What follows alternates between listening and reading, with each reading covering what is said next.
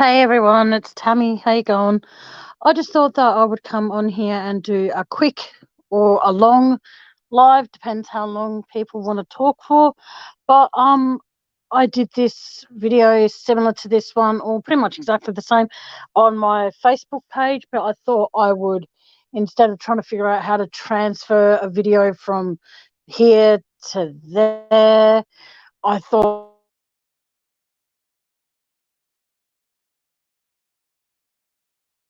last night I thought I'd come on here.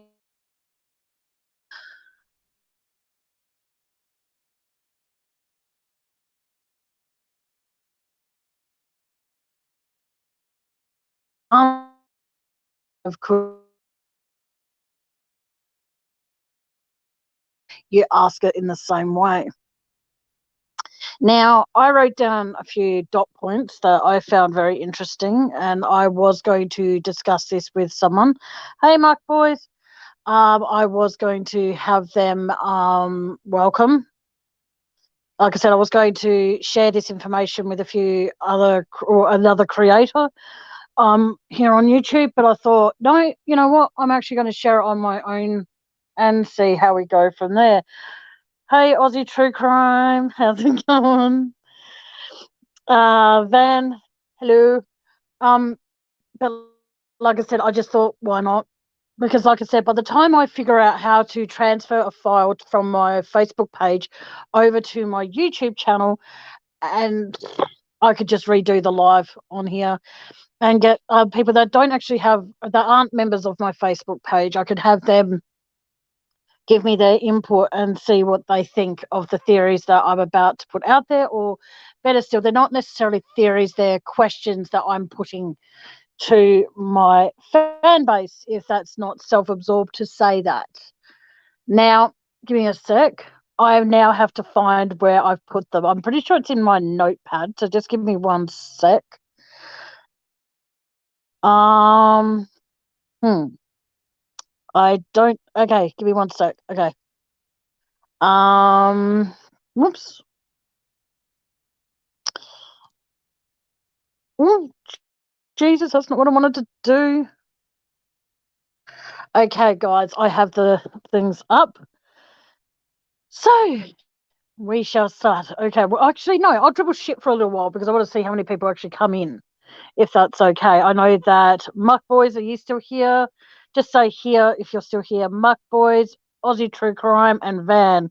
Hello, Matt Willis. Welcome. So there's four now.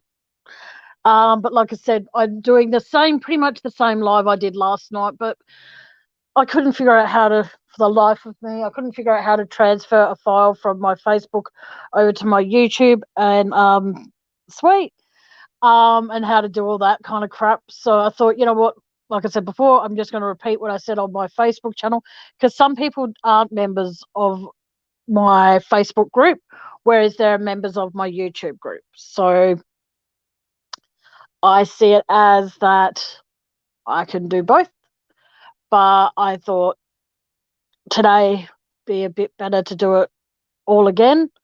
So I'm going to, oops, I'm going to figure out how to do this. So please, um, okay, yes, please do that if you can, Van. That would be awesome. As because I really want that to happen. Here's the thing, though. Now this is going to be a weird thing to say. Who in here at the moment, out of the three people that are in here, or four, how many of you actually have wrenches? Because I don't actually see who has a wrench and who doesn't on my channel. I know that sounds probably bad, but I don't actually, what do you call it? Hang on, sorry.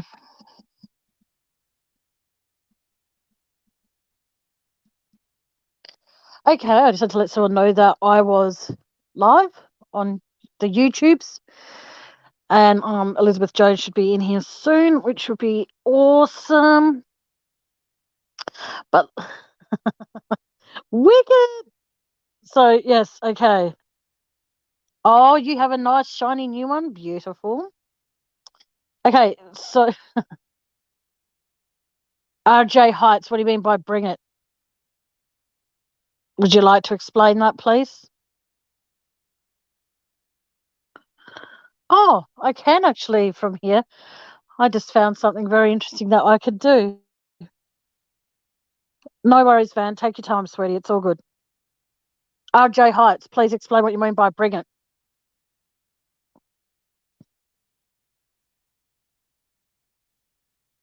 Oh, thank you. Thank you. Okey dokey, continuing on until I get a response from RJ Heights with saying bring it. Um, I'm not here to, like I said, I just don't know how to transfer files from Facebook to YouTube.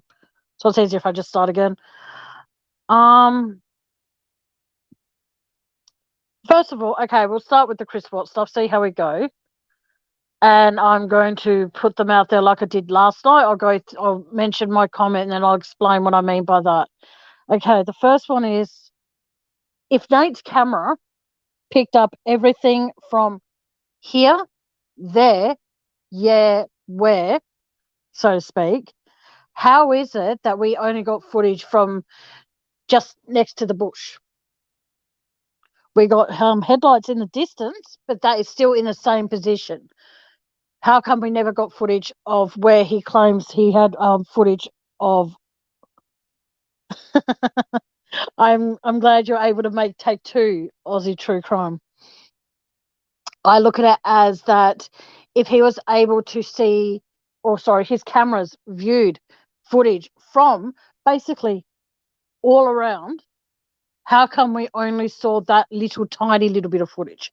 When you see Chris walk out to go to his truck, how come we did not see where Nate claimed we saw footage from here, there, and everywhere? How come we didn't see the footage of Chris actually walking past the set point when he went to his truck that morning?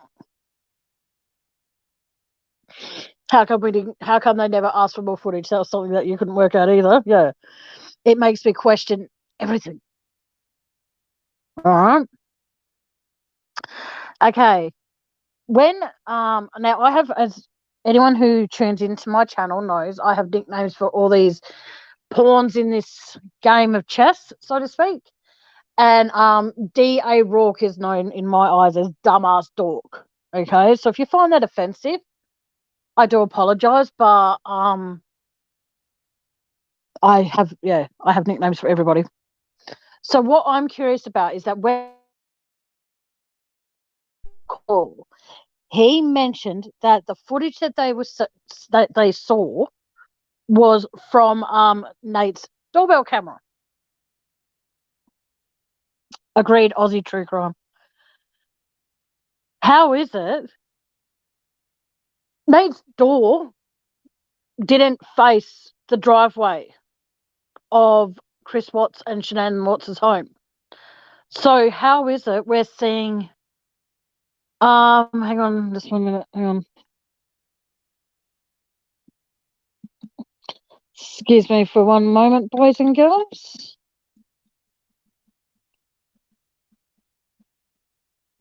Sorry. Yes, sometimes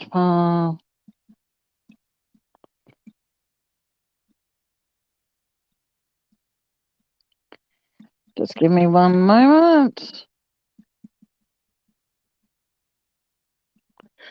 Sorry. Oh, yes. Sorry about that. Yes, big Nate. Good old Nate. Yes, exactly. He missed the footage of Shanann coming home. He managed to capture if it was NA's car reversing. We see it reverse, but we don't see Shanann walking up the driveway.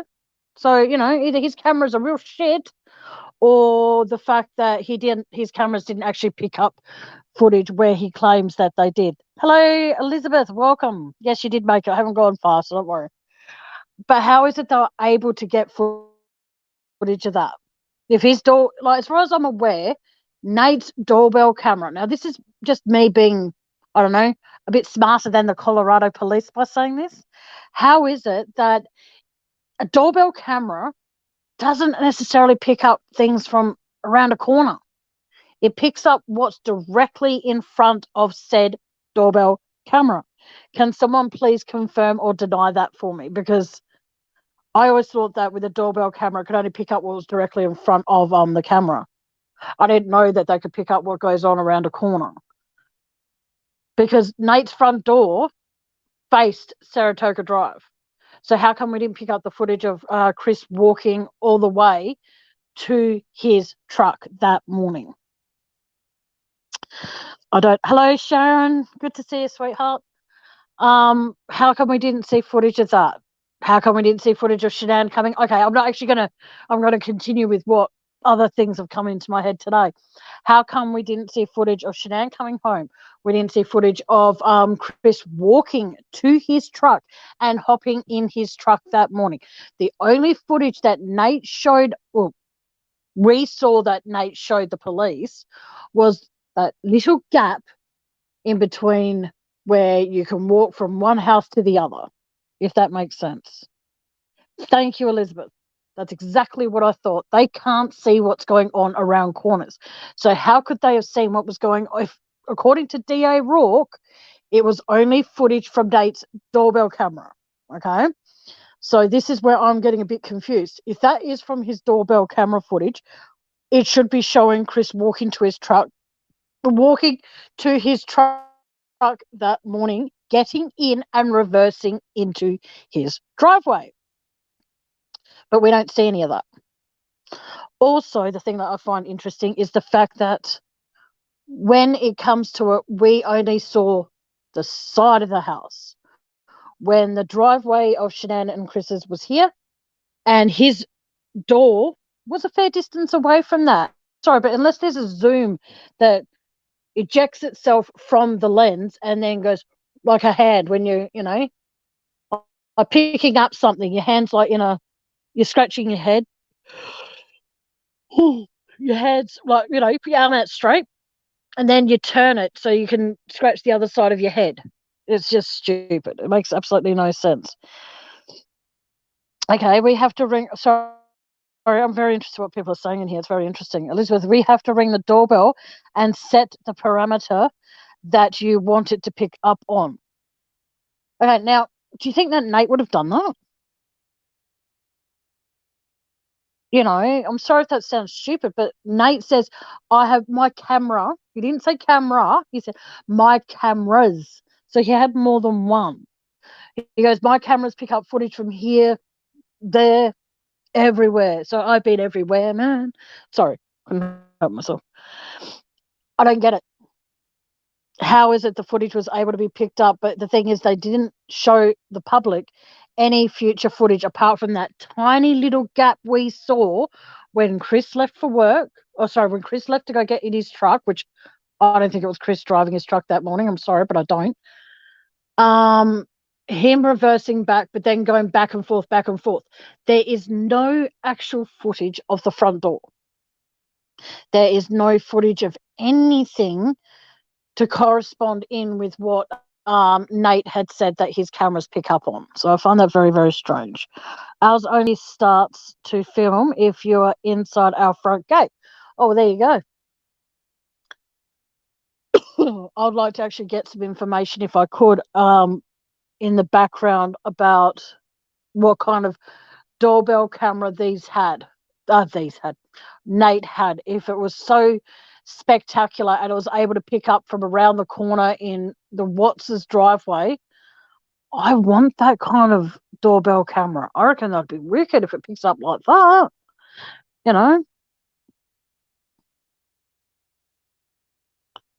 Oh, apparently there is footage from a greenhouse nearby. I would love to be able to find that footage, Elizabeth. If you happen to find that, if it's not too much of a pain, would you please be able to send it to me if you happen to come across it on your travels. Don't go purposely looking for it for my sake. It's just if you happen to stumble across it again, please send it to me because that'll be something very interesting for me to watch. Or you can just post it on my Facebook group. That's fine. And I'll approve it straight away because, you know, it's Chris Watts related. Why not? Oh, wow. 7 people in here. Welcome, everybody. I just find so much of this bizarre. Okay. Next thing I picked up on. Okay. I've already brushed on that. Okay. With the split frenula, I'm sorry to go into things so abruptly. There is a disclaimer. This side of the chat may distress some viewers, and I do apologise if that does that. If so, it's best just to, as other people would say, go make yourself a cup of tea, or better still, it's best probably not to watch this live because it might affect you, it might not, but please, viewer discretion is advised.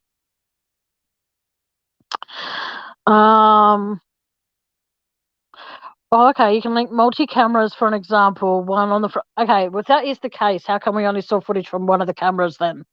That's what I'm getting at. We only saw footage of one little part of that, what happened that morning. We didn't see, if I was a detective or I was a police officer, I would have asked for footage of every single camera that morning.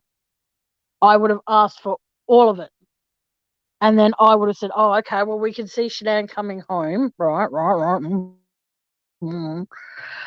We see Chris loading up his truck, but we don't see this and we don't see that. So we can't actually say he was doing this and he was doing that. I would be asking for all footage from that morning, regardless of going on every single person on either side, opposite, whatever, I would be asking for the footage. So then you can actually not be like dumbass dork and think that you know everything when in fact, you know, you're just going on a whim with what he thought happened. But also with the frenula, like I said, this is where viewer discretion is advised. Chris admitted that one of the girls was hit. All right. So, okay, and to think he moved it to what? Oh, hello, Dorothy. Okay, for those who are just listening and not really watching chat, that's cool. But Dorothy Marie Recovery Support just wrote, the information we saw was only put together in order to get an indictment and solidified charges. The other footage wasn't needed and there was no trial. It exists but not available. Okay, but here's the thing. That was a lot to read. Whew. But what I'm getting at is the fact that they just, for me personally, now you can all disagree, and like I said, you're entitled to, because that's the motto of my channel, agree to disagree. I personally think that the footage that they have shown on and off for nearly 3 years of when Chris walks out, supposedly goes to his truck, reverses it back into the driveway and all that sort of shit, I personally don't believe, for me, I look at that footage and I'm thinking, okay, this is where my swearing comes into play, so I do apologise again. Not advisable to watch around kids. If you don't want your kids swearing, I apologise, but I can't help myself. How the fuck did they get an indictment out of that little bit? Hey, Ink! How did they get that little bit of footage to say, right, bang, he's guilty? I personally didn't see any shadows, okay? So if you guys did, you're entitled to think that. I'm not going to just be dismissive of it because, like I said, everyone's entitled to an opinion on this channel. No opinion is going to be looked at and go, oh my God, really? It's actually going to be treated with utmost respect. So I don't understand how that could happen. Whoa, I just dropped down from 9 to 4. Jeez. Come back, people. But like I said, I just find it very, very odd that with looking at, like, and I'm sorry to keep on saying it, that tiny little bit of camera footage that Nate showed us, I know I'm a potty mouth muck, boys, but shit happens. But like I said, it comes down to the fact that with that tiny little bit of footage, okay, they indicted him on that. But also with the lie detector test results that was never made public, he was charged on that alone. Because he honestly, you get told something enough times, you do end up believing that. Like if you like, I'm not trying to have anyone feel sorry for me when I say this, but you know, if you get told you're useless enough, which believe you me, I've been told, you get told that so many times, and then you gradually start believing that. You think that there's no other way of looking at yourself as a good person. Oh, no, oh, thank you, Matt. That means a lot. You can stand my voice while you're working. That's awesome. Thank you. But what I'm getting at is the fact that hang on. Even Elizabeth Jones wrote this for people who are listening. Even in 2018, a lot of those houses would have CCTV or home surveillance footage. Yes, but yet, did they go to anyone else's house to get that footage? I'm going to go with no, they did not. They only got Nate's footage and they thought they were, done and dusted.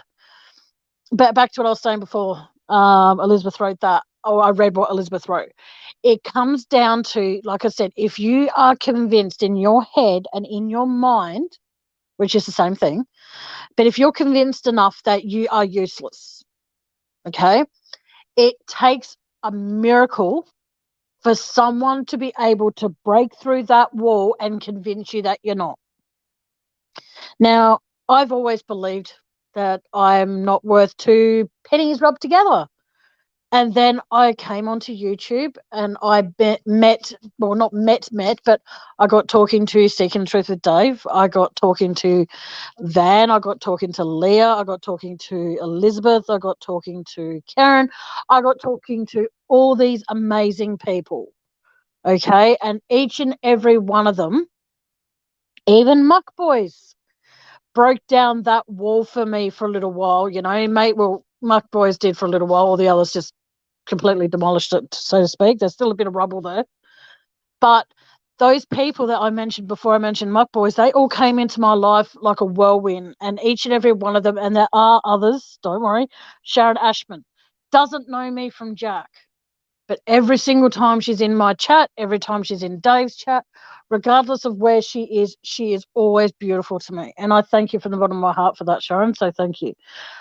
There are people that will come into your life and try and ruin it. There'll be people that will come into your life and make you feel inadequate or feel bad about yourself. But how you choose to overcome that and how you choose to tackle the next day is how their insult is going to either be a burden or it's going to be something that you learn from. Now, I admit I used to be on, oh, thank you, Matt Willis.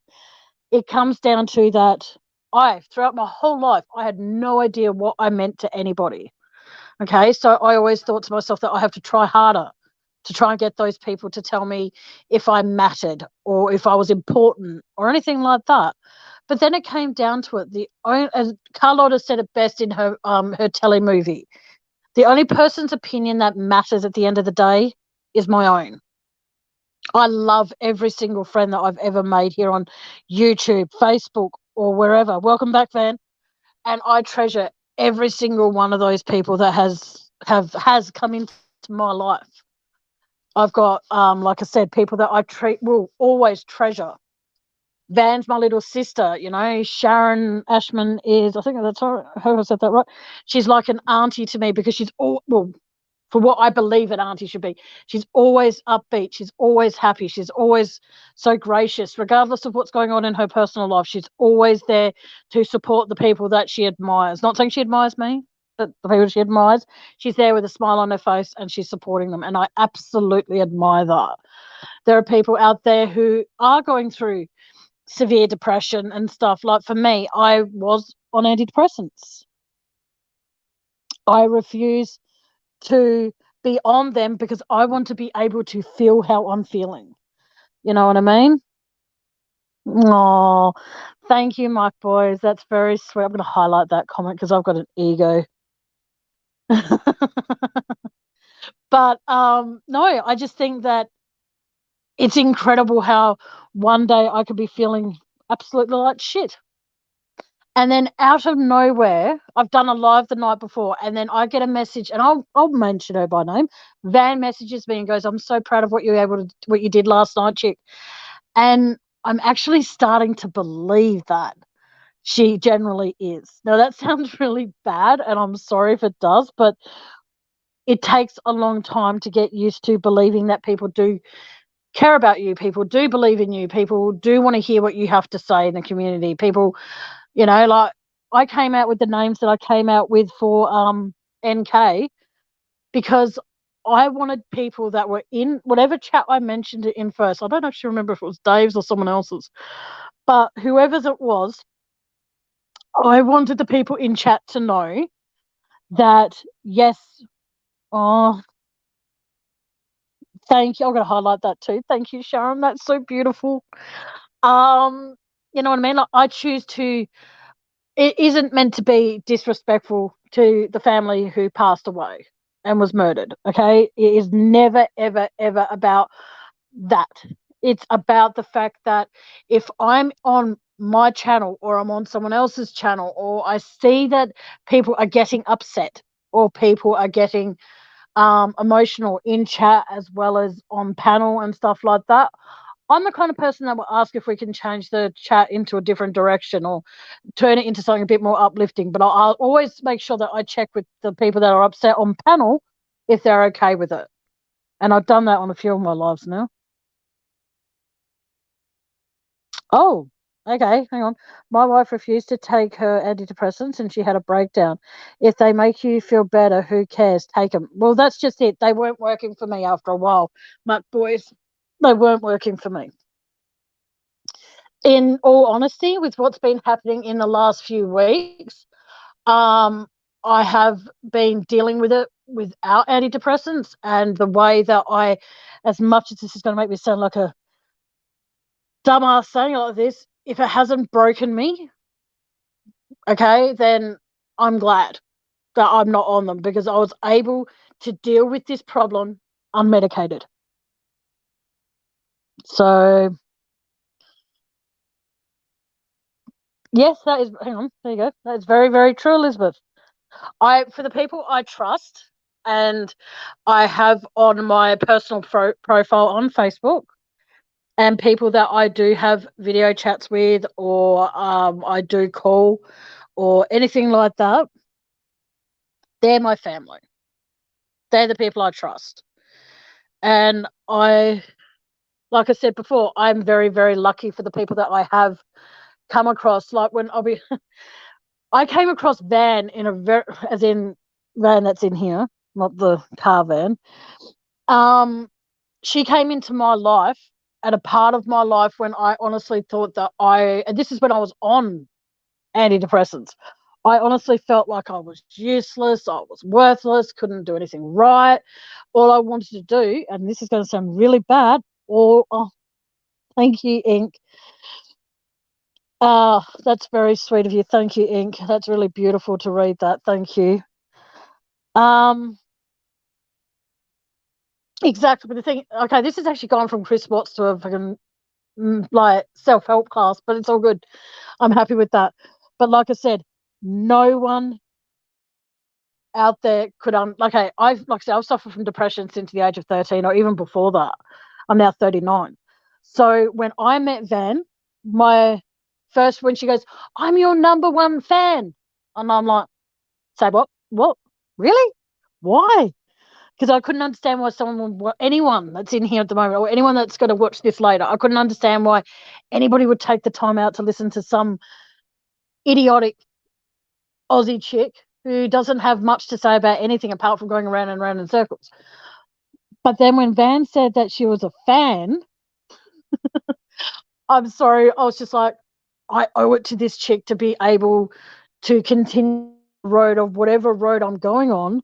I've got to prove it to her that I'm better than what I was the night before in the previous life. Thank you, Muck Boys. And like, even though Muck Boys is okay, Muck Boys, I'm going to zero in on you now, my dear. Don't worry, it's all good. Even though Muck Boys and I can joke around and flirt tease, so to speak, I actually, if it made me feel very uncomfortable to start with, I'm not going to deny that. But then when I spoke to Muck Boys on the phone, he explained why he was doing that. And then out of nowhere, he stopped. So it's just like, oh, I see how it is. But it made me feel special, even though I'm in a relationship. It sounds bad. It made me feel special for a little while after I voiced it, knowing that I was hurt, knowing that I was listened to meant a lot. Um, Stop saying what things about myself. Like, I don't know what you're talking about there, Miss Ink. But like I said, I always felt insecure about who I was as a child and even now as a 39-year-old woman. I feel very insecure about things that I come out with and I do say. I may not, if you're here to try and um understand me, good luck. It sounds really horrible to say that. I'm sorry. But I don't even understand me. You know what I mean? Like there'll be days, like I said, when I would wake up and I'll be like, ugh, I'm awake. But as you probably all are aware, what's been going on in the YouTube world on the attack of me, it comes down to that I'm glad with my whole entire being, you know, I was proud of the fact that I could deal with it the way I have, and I haven't resorted to my old ways of dealing with pain. I'm proud of myself for that. And I think that, like I said, when I was on antidepressants, the ones I was on, it made me feel like I was worthless, made me feel like I was useless, made me feel like every single time I did a live or anything like that, I was letting whoever was listening to, I was letting them down. You know what I mean? And even though I don't do many lives as I used to, I know I only did one last night, but that was through Facebook. This one's through YouTube. It comes down to the fact that I hate feeling like I'm useless, I'm worthless, I'm never going to change, I'm never going to be any different than I feel right now. But then I remind myself, this is how I feel when I'm on antidepressants. And now since being off them, I feel as though that I can not necessarily tackle anything because there are going to be things I won't be able to. Um, yes, we are, Muck Boys. We are definitely better friends. And guys, if you ever get to see what Muck Boys sounds like on the phone as well as when he talks, whew, good thing his internet wife's not in here, but oh my god. All right, so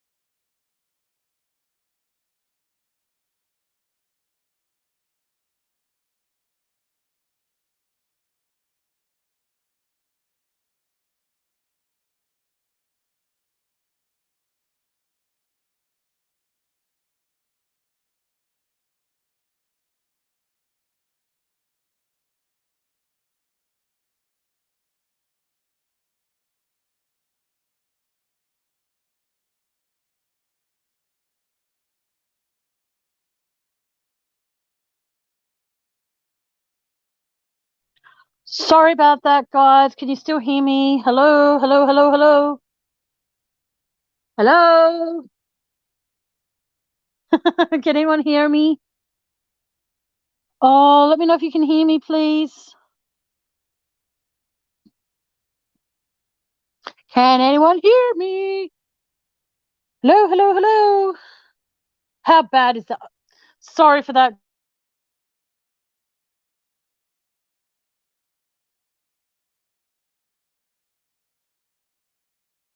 Know what I'm talking about? Yay! Sorry, I had to mute the camera, the microphone, because I was on the phone with my doctor. So I don't know if you guys heard that, but I doubt you would have. So it's all good. But I'm back. I have to basically thank you, Sarah Coral Coralili. I hope I got that right. I have been watching in this community for a little over a year, but don't comment much. Oh well, then I feel very privileged that you're commenting on mine. People should look at not only the people what people say, but what they do. It's sad, but many deceptive. I want to hope that's the right people about. Deceptive people about. I couldn't agree more. See, I try and be me. That's what it comes down to, okay? And it sounds really probably immature, but like I said, I have always felt not good enough with things that I do. And then when I met, hopefully she's still in here so she can get a bit of a spoiled head and I can pop her ego bubble. But when Van came into my life the way she did, she's an absolute sweetheart. You know, I'll be very, very, very, very, very lost without her. She has helped me through everything that's been going on, regardless of what's going on in her life. She helps me. She helped me set up StreamYard, but it wouldn't work. She let me use hers. And she's just absolutely amazing. So I need to make sure I keep my swearing to a minimum because Van is looking after her kids. And I don't think it's good to swear. Yes, Van is awesome and she is definitely one of a kind. And I feel very, very, very lucky to know that I have her and I have Leah and I have quite a few others that are in my corner. And I can't express how thankful I am because it means so much to me. Yes, Van is definitely an angel put on earth to save my butt on so many times. She has managed to do that, and I can't thank her enough. Because, like I said, with what's been going on in the last few weeks, a little over a week actually, it's not weeks, it's about last 2 weeks, a week and a half at the most, I'd say. It comes down to, yep, that's fine. Yep, yep, yep, yep. Hang on. Sorry. Yes, I do. Yes, that is the same. Yes. So you can make them both mod if you like, Van. That's fine.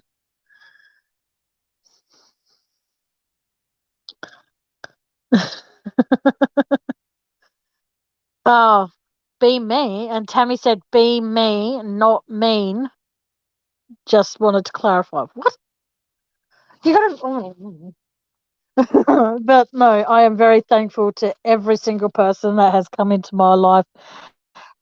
And you know what I saying? All for nothing as well. I even I am even appreciative of the haters and the trolls and the people who think that it's okay to try and destroy someone. But as I said, I have been pushed down into the dirt so many times in my life. But you know what? Like Gordon Ramsay once said this, but nobody teaches you how to pick yourself up again and dust yourself off. That is something that you teach yourself. And I'm actually going to take that. And when I heard that, I'm like, that is so, so, so true. You have people that are telling you, oh, pick yourself, dust yourself off, you'll be fine. But they never teach you how to do it. You teach yourself how to pick yourself up from the ashes and dust yourself off and start again. And every single day from now on, well, not every single day, but at least once or twice a week, I'm going to be doing that. I am going to pick myself up, dust myself off, and start again because I am not under any circumstances allowing anybody. And Van, if Sharon Ashman is cool with it, could you please make her mod as well, please? I'm not going to allow anybody to destroy me because at the end of the day, I'm responsible for my actions. I'm responsible for how I deal with things, how I make myself.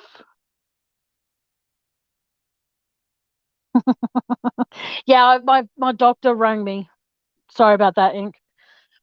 Yeah, so like I said, I will never ever, and I made this promise to myself when I was 15, and for a very long time I failed at that. But no one can use me as a doormat as on someone else. You know what I mean? Can you all hear me? Sorry, that's a really dumb question. I'm just rambling on incoherently here. Can you guys hear me? I'm going good. I just keep talking and talking and talking, and nobody can hear me. Is that okay? Can anyone hear me? Hello? Yes. Oh, yes, we can hear loud and clear.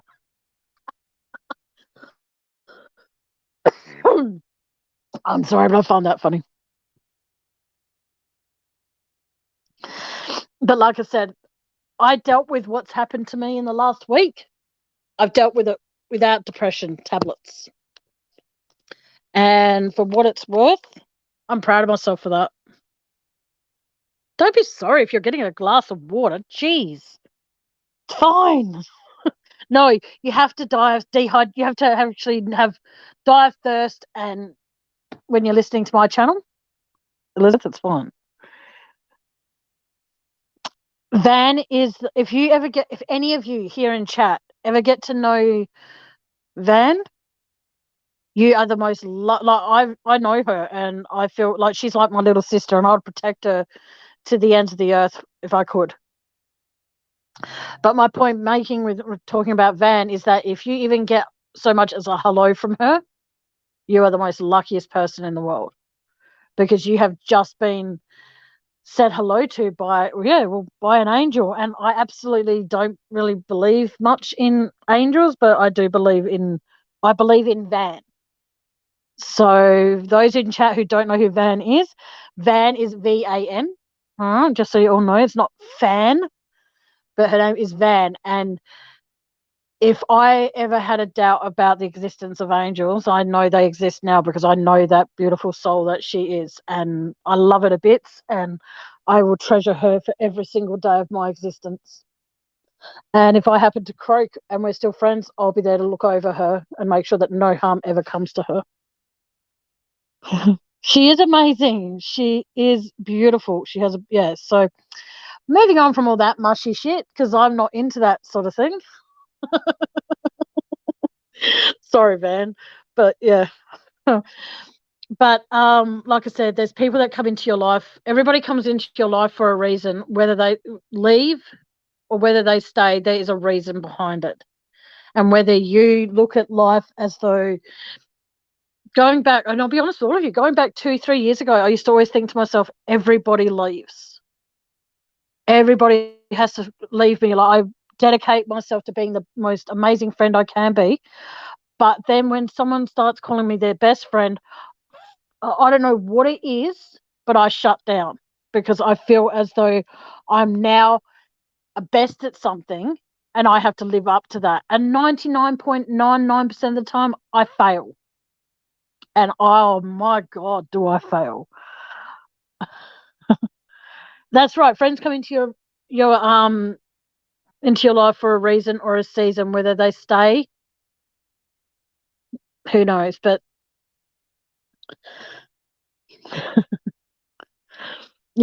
oh man, I hate when people. I'm not dismissing it. I'm just saying when people go, I say that as well, Tammie, and it's like, say what?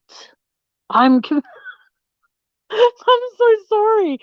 Because I'm talking, I don't know if there's a delay or anything like that, but I'm talking like a million miles an hour here. And so it's like, you say that too? Say what?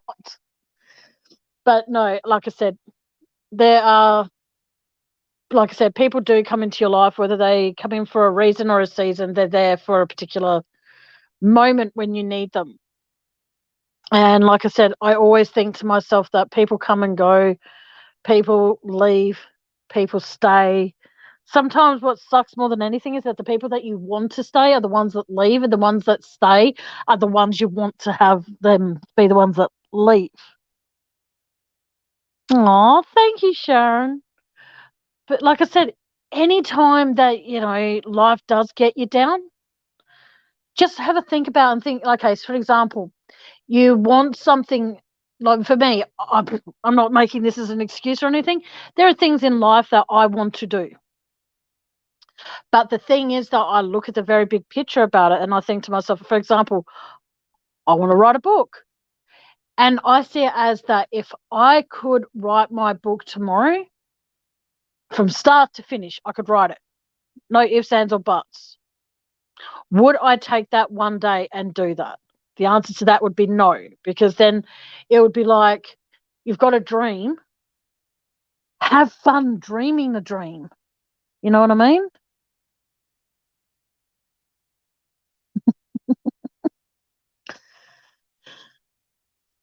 Yes, hang on. Oh my God, you just got it out of your mouth. What? What do you mean, ink? Yes, people always leave, but you've got to look back on it. And like I said, you've got to ask yourself, the people that left, did you really want them in your life if that's what their cycle of life is going to be? Come into your life, change it for the better, change it for the worst, and then, well, at the time, like, so for example, if and this is not to be sexist to men or anything, but when you're getting attention from a guy and you think it's so great, but then when he leaves you think, how am I going to live without that? But then when he comes back, it's like he takes pieces of you a little over each time. Like that, I saw this quote on the Grey's Anatomy that she was saying that he took little bits of me that I didn't notice at first until there was nothing left of me to notice.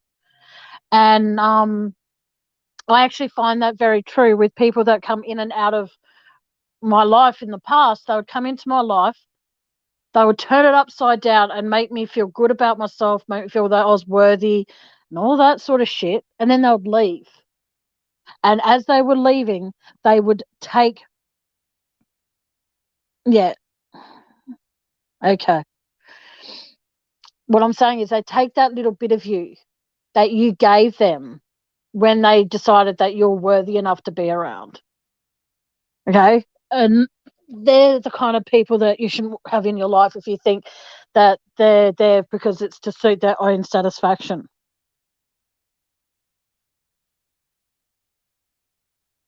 I think you hit the point in life that you say enough is enough.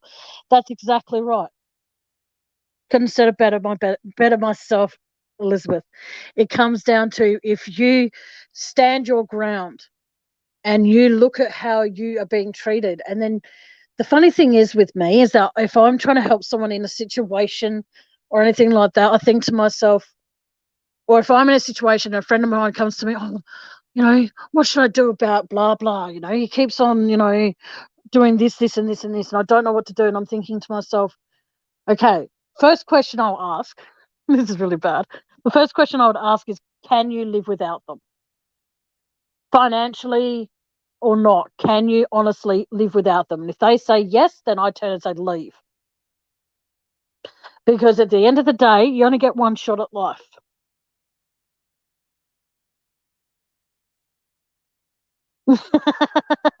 It's a mud chat. Woohoo! But like I said, every single day you've got to look at life and ask yourself, is this person worth my time? And from the 13 that are in here, I appreciate the fact that you are all here. Never say never, Ink. Never say never, sweetheart, because at the end of the day, I always thought that I would never get me back. But you want to know something? you don't want that particular part of you back. You know what I mean? Like you said, you lost yourself. I would never get back. And it's sad. I gave that person that much control. Well, take it from me, Inc., is that's when you start rebuilding a new you. That's when you take a step aside and go, you know what? This person who took all this stuff from me, my self-worth, my self-belief and all that sort of stuff, you say to yourself, you know what? He can have all that. He can have the self-belief, because the self-belief I had in myself that he took from me is the self-belief that I thought he could change. It was how I saw him, how my self-belief made me love him. You know what? Let him have that old you. Okay, honey, what you do is you take a step forward and you say to yourself, you know what? I am now the new me. And that's what you got to do. Excuse me for one sec. And like I said, that's what you got to do, is the fact that you say you lost yourself. Okay, I'm so sorry that you did, sweetheart. But the thing is, though, you might struggle, but you've got to look at it as every single day that you dedicate to you, the new you, the new you that doesn't have people, people coming into your life and destroying it. And that's what I'm doing with my life now, is the fact that I'm saying, okay, this person took away my self-worth, but then I've got to remember that self-worth I had for myself while that person was in my life makes me look at it and go, my self-worth was dependent on them and how they saw me. You know what? Not anymore. No. They're not in my life. So they can have the self-worth that I had for myself that involved them. They can have that, because I can rebuild. Whereas, spanner, whereas they can't rebuild because, and I'm not saying this to have an ego or anything, by doing what they've done, they have lost an amazing friend. So how you perceive yourself after they leave has absolutely nothing to do with what they stole. Nothing to do with any of that. How you choose to perceive yourself after they walk away is what's important. If you say, oh, I'm going to miss them, miss what exactly? Miss the insults, miss the self-loathing that they made you feel about yourself, the fact that everything that would come out of your mouth was actually questioned. Or are you going to miss the fact that you're going to have someone constantly making you feel worthless because you have an opinion? Rebuild yourself and say, you know what? I'm going to miss the old me, but you know, want to know something? The people who made the old me who that was, they can have that. I'm now me. I am now Tammie Wells, proud South Australian. Whereas before it'd be like, yeah, my name's Tammie, how's it going? Those people who have walked out of my life, each one of them have taken what they embedded in my subconscious of what I am. So if someone was in my life and said, oh, I think you're useless, they can take that useless part of me and they can fuck off. Or if someone called me worthless, guess what? They can take that worthless part of me that they made and embedded into me. They can take that and they can also fuck off. Then what's left? You might only have a shell of who you are, but every single fucking day you get to you get to rebuild yourself into who you want you to be. Not because of, I'll take a block out of this wall and this wall and this wall and this wall and this wall, and then I'll put it in this wall because this is what Jack saw me as. This is what Frank saw me as. This is what Louise saw me as. This is what Tammie saw me as. This is what Van saw me as. You take all of that and you allow the people that have walked away, you allow them to take what they embedded into your head that what you are. And then you stand there and you stand in front of a mirror, you stand in front of a shop window, you stand somewhere where you can see your reflection, and you ask yourself, what is it about me that I could change today? Exactly, Elizabeth. When one door closes, another one will open. Couldn't have said it better myself. And when you and what Van just wrote in response to that, because people come into your life, whether it's for a reason or a season, they're there for you to either help you grow or to keep you as a tiny little shrub. And if you choose to remain that tiny little shrub, you are going to allow those people who have walked out of your life and hurt you, you're going to find a way to allow those kinds of people continuously back into your life. And I've learned the hard way how hard that is, because you've got to look at it as, okay, this person does not like me smoking. So what do? If you care about that person, you think to yourself, I'm going to quit. But then you've got to ask yourself, is that something you want, or is that something that they don't like? And in order to keep them around, you're giving up something that you like. Or, for example, if you eat a chocolate bar a day and someone turns to you and says, I don't like you doing that because that's really bad for your health. You've got to ask yourself, one, who are they to tell me what's bad for my health at the end of the day? Second of all, okay, I'm going to give up my chocolate bar a day because, yeah, it is bad for my health. Have you gone to the doctor and said to your doctor, is eating one chocolate bar a day, depending on the size, I'm going to say, is this bad for me? And unless you have a health profession saying to you, you have type 1 diabetes, Tammie, you actually cannot have this much sugar in your diet every day. That's when I'll listen and say it's bad for my health. Not someone who claims that they are a friend and telling me to give up on something that I personally enjoy, because that's bullshit.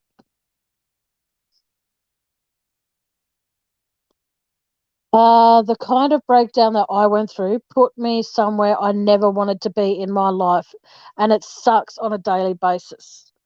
Ink, I can completely relate to that, sweetie, and that's why I'm saying take a step aside from how you're feeling right now and ask yourself if there was one thing apart from feeling, it put you in a dark place.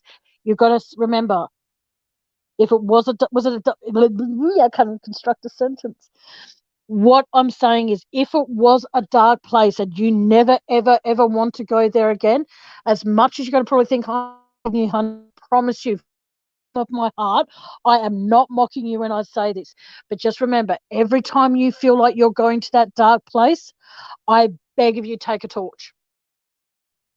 Because if you can guide yourself into that dark place, you turn on that torch, honey, and you march yourself straight back out into the light where you belong. Man, I sound like a dickhead. I'm so sorry if that sounded stupid. I'm so sorry. But that's what I'm saying. Every single time you feel like you're going into that dark place, take a candle, take a torch, take whatever brings you light and march yourself out of that dark place. Because at the end of the day, it's only you who can do that. And I'm sorry if I was out of line. But like I said, only you can change your life.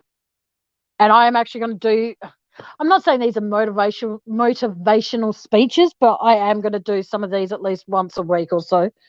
And just say to people, how you deal with being in the darkness, it's entirely up to you. You know what I mean? You feel like you're going back into that dark place. Like I said, turn on a light. Doesn't matter what time of day or night it is. Turn on a light. Light a candle. Do anything that is going to bring light into your life. Do it. Because if you sit there, thank you, Sharon. If you sit there and you allow yourself to be consumed by darkness, it will continue to happen that way. I personally, with what's been happening in the last week or so, I was prepared to give up my YouTube channel. I was prepared to give up my Facebook page. And then I thought to myself, along with the help from some very wise friends, no, I'm not going to give those haters the satisfaction of me doing that. So that's what I'm saying. I am, as much as it might sound weird,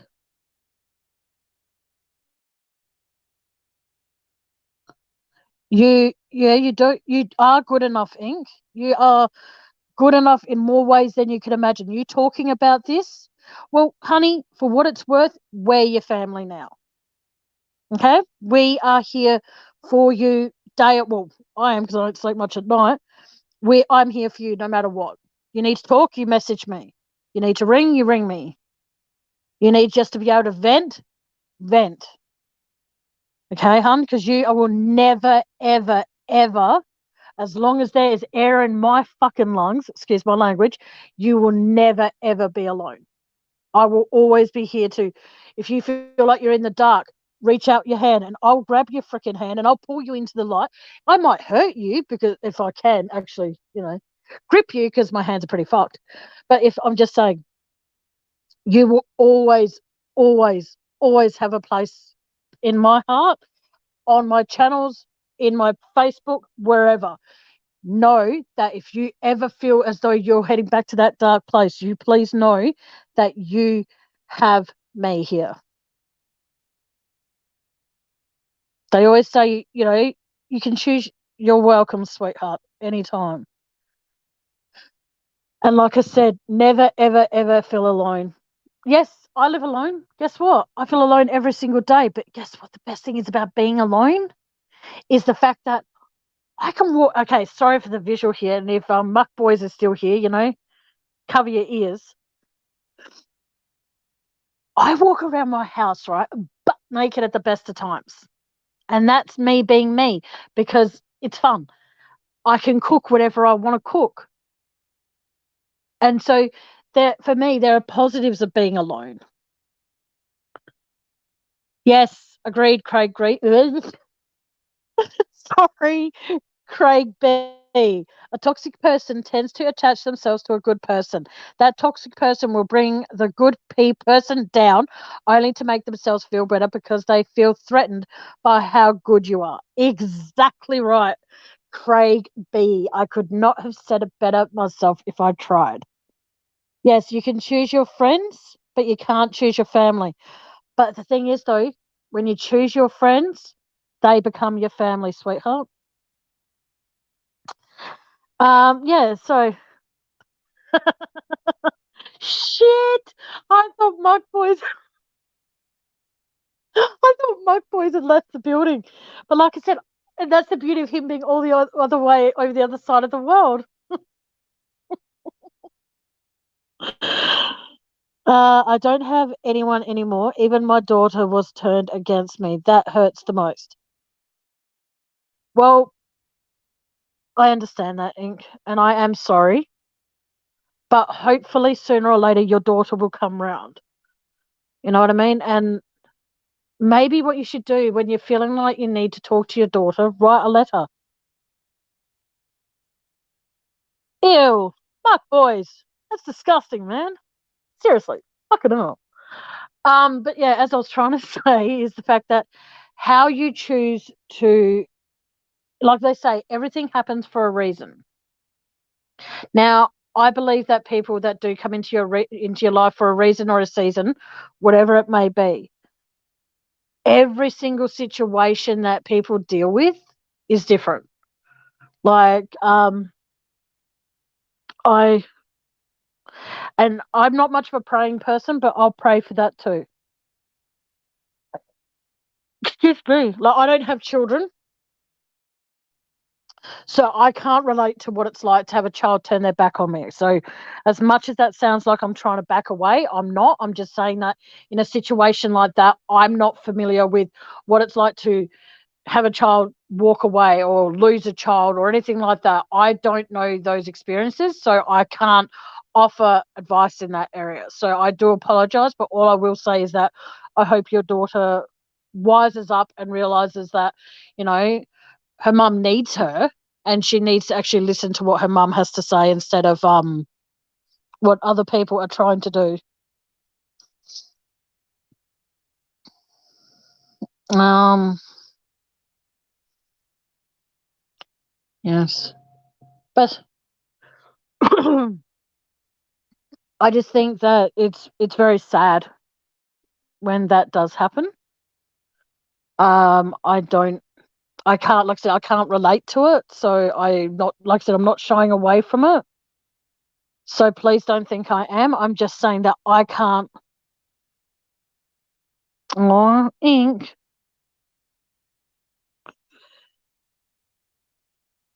Ink, have you ever thought of, okay, this is going to probably sound weird, but have you ever thought about writing her a letter? You know what I mean? Or, you know, because a later might work. I'm not saying it will. Like I said, I don't have children that don't talk to me. I don't have children at all. So I'm just trying to think what I would do if I was in this situation. So if I'm out of line, let me know and I shall shut up. We're all here for you, Ink. Even Sharon Ashman, you have. I'm just breaking my fucking heart. Yes, I do have a heart, people. On the contrary of what people think. Oh, please explain. Hang on. What do you mean? Sorry. What do you mean, Elizabeth? I'm going to highlight your message. What do you mean? This is why we love your channel, Tammie. What do you mean? Like, it's. I don't. That is really beautiful. See, this is what I mean. This is why Van's an angel on earth. She reaches out to people when she doesn't have to. I think it's absolutely, absolutely beautiful.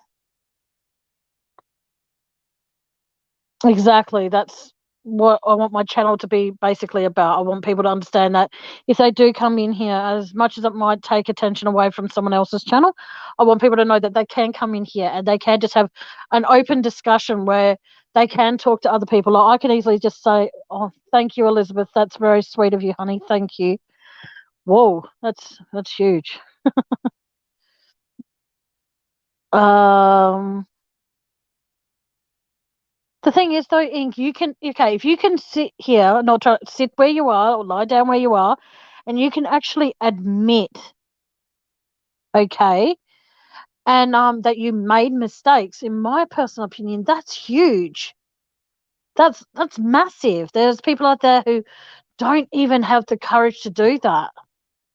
You know what I mean? And the fact that you're in a room with a bunch of people that you know only by their names on screen and words they type, for you to be able to write that you made some mistakes, honey, my heart goes out to you even more. Because there are parents out there who go, "Oh, my kid's not talking to me. Oh, fuck them. I don't care." You know what I mean? But the fact that you're willing to admit that, you know what I mean? I find that incredible. That you're willing to admit that to a room of strangers, hun. Oh, you're brave. See, I wouldn't even be able to do that, to be honest with you. If I was in any kind of situation, I wouldn't be able to go, "I made mistakes." I never would do that. Don't think I'd have the courage to be able to do that. But the fact that you just did, excuse me, I admire it. Oh, hang on. I missed something that Craig wrote. Hang on. I've had lots of these toxic people in my life in the past.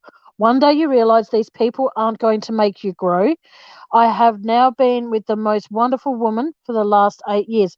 Do I hear wedding bells, Craig? Ding ding. I don't know what the. I hope that I get the exclusive if you propose to her, Craig. I'm serious, dude. I want the exclusive. Yes, negative people, like I said, they take parts of you that you like. For example, if you say, "Oh," like I said before, if you say you're going to miss them, what is it exactly? The negativity that those people walked away with when they walked into your life, they had a trailer full of negativity that they were going to invoke on you. And when they walked away, they left that negativity there, but then they took the part of you that was still positive about yourself. They took that. And the thing is, though, you've got to keep asking yourself, um,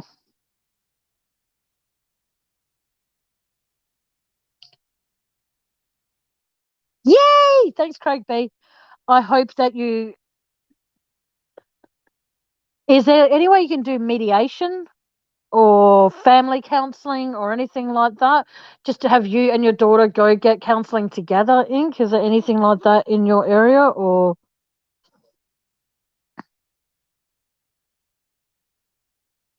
Yeah, exactly. Every mistake helps us grow. But the thing is, though, if it's a mistake that you keep repeating again and again and again and again and again and again, sometimes that it can be hard.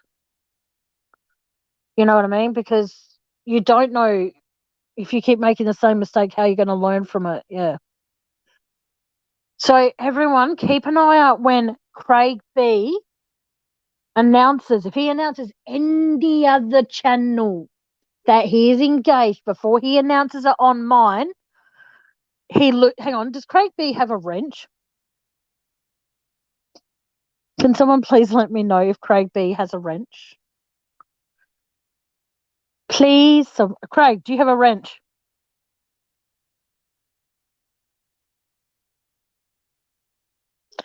Ink, don't you look after your mum?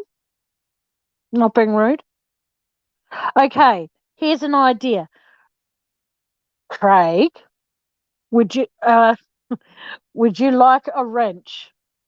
Because I'm saying here and now, if you do, that's fine. But if I don't get the exclusive when you get, or you don't want one. Sorry. Do you want one? I've got to stop reading. Okay. Have you ever thought about having it out with your mum and asked what has she said to your daughter? And is she prepared to work things out? So you have your daughter like she has you. Because you can turn to your mum and say, who am I going to have when I get older, mum? You've got me now. You've got me looking after you. Who am I going to have when I'm older, considering you turned my daughter against me?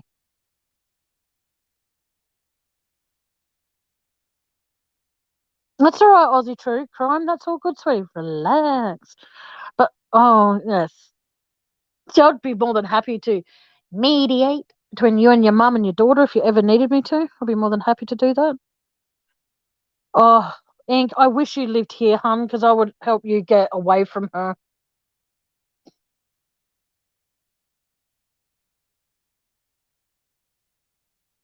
Okay, Van, if you get a chance, sweetie, can you please give Craig B a wrench? But here's the thing, Craig, because I'm such a bitch, apparently. I'll tell you what, I'll give you a wrench, but if I find out that you're engaged or getting married, which means engaged does mean, or anything like that on any other channel before I hear it on mine, I will remove your wrench. No, Craig B, if you're cool with it, I'll give you. Well, I won't. Van will help me out with that. She will give you a wrench, and I would love to have you as a mod on my channel because you're always respectful of me. You're not rude, and yeah, I think that's pretty cool. Yeah. See, I can't actually see who's got a wrench, so okay. Thank you. Okay, awesome. So, like I said, everyone that's a mod outside of Craig, keep an eye out if he does mention he's engaged anywhere, and if he mentions it anywhere but on my channel first. Haha. Oh no, Craig, you know what? You can keep your ranch even if you decide to tell on another channel. It's all good, sweetheart, because you shouldn't have to hold on your good news or anything like that just because till I go live again. That's yeah. Okay. I just wish there was a way that,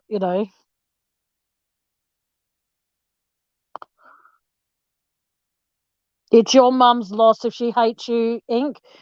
It's her loss because from my perspective, you're a wonderful, wonderful, wonderful person. And you bring a lot to my channel when you are here. You are awesome. Okay, so if you sorry to change the subject for a quick second, Ink, we'll get back to you in a sec, darling.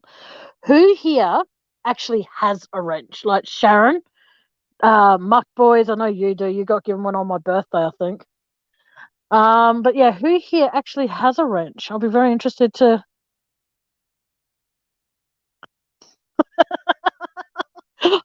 I don't know whether to be complimented at getting called boss or insulted. Oh, and be prepared, Craig. If you go into Seeking the Truth with Dave's channel, he might steal you away from me because he stole Van at once. Well, he still has.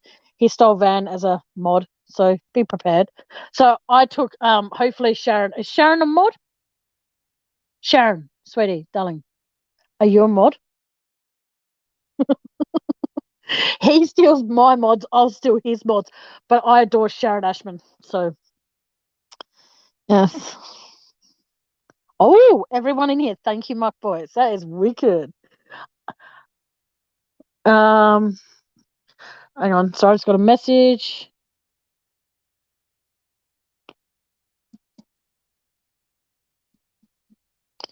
Excuse me for a moment, peoples.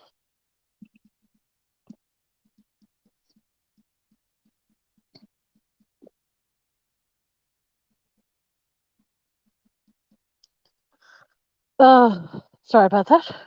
Yay! But the thing is, okay.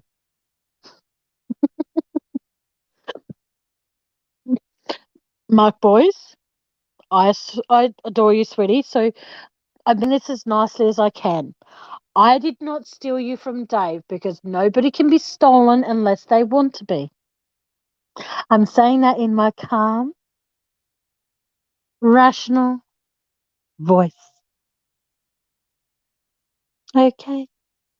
If I, well, for what it's worth, if I could steal you from Dave, that's actually quite funny. Sorry, but it is.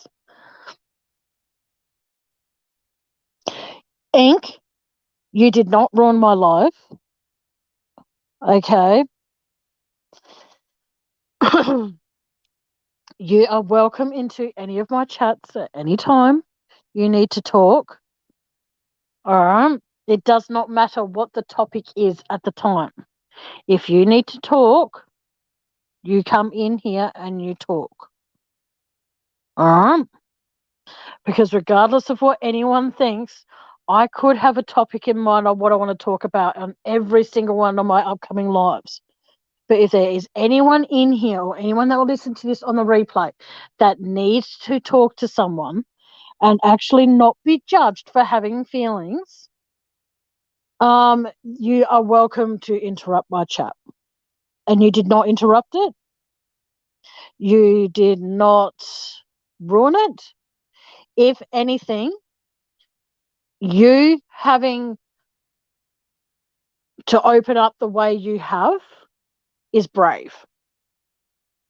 And if anyone ever tries to tell you in a different, well, if anyone else tries to tell you any different about your bravery that you've shown here today by telling you that it's not brave, and I am sorry, tell them to fuck off. Because to be able to open up to a room full of strangers where you don't know what kind of reception you're going to get, that shows bravery. Okay? So, Ink, Misty, please, my darling, darling friend, you will never, ever, ever, ever ruin one of my lives. If I am live and you need to talk, you come in there and you say, Tammie, I need to talk. And obviously, as everybody that knows me knows that I spend most of my time when I'm in chat and I'm not on camera, I'm reading chat. So if you come into one of my chats and you say you need to talk, the subject, whatever it is, it does not matter. It goes for anybody in here or anybody that watches the replay. If you need to talk and I'm talking about something that is not about what you want to talk about and you need advice and you need help, let me know. The subject will be changed. And yeah.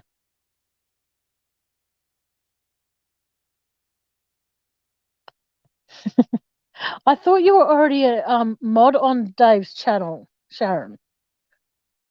So, Ink, can you appreciate? You're very welcome. Can you please repeat this? I want you to type this, and I want every woman and man and dog and cat and whoever can type to repeat this in my chat. Yeah, okay. I am braver than I was yesterday. No, hang on. I'm braver than I was even. No, I'm braver than yesterday, even so much as braver than a second ago. Because every single time that you get shot down, and every time you feel like you're defeated and you find a way to push on, you are stronger than you were before. Never, ever, ever, ever, ever think that you ruined my life, because you didn't. If anything, you helped me by showing that I can be brave enough to open up my heart and say what I'm thinking. So while, and you are brave, Ink. All right. You are braver than you think you are. By opening up the way you have, you are brave. You are strong and,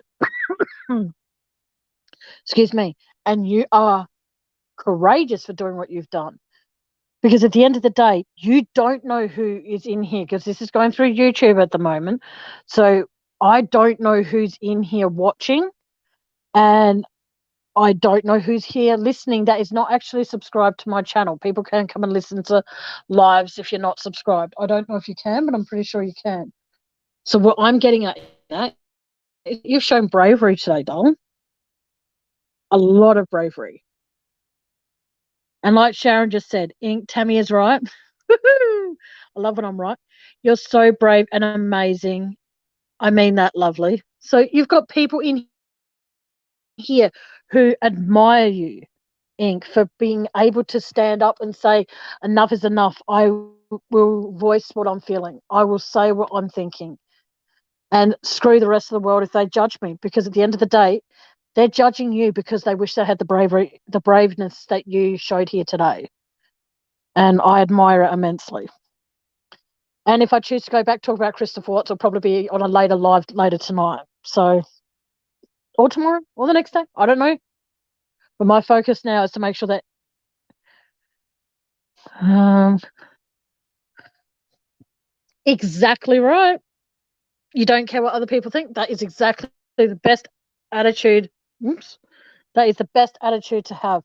Because if you try and be better than you were because someone else is out there judging you, if you try and be better than that, the only ghost you're chasing is what they see you as. You're not. No, no.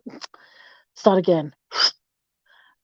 If you spend your whole life chasing demons, all right, and those demons are, why is your hair this color on this side? So, your hair in different colors. So, what do then? You spend your life trying to figure out why it is, and you're trying to fix the problems that other people see in you. But how you choose to fix yourself because that's what you want takes so much more strength. Believe you me. Excuse me for a moment.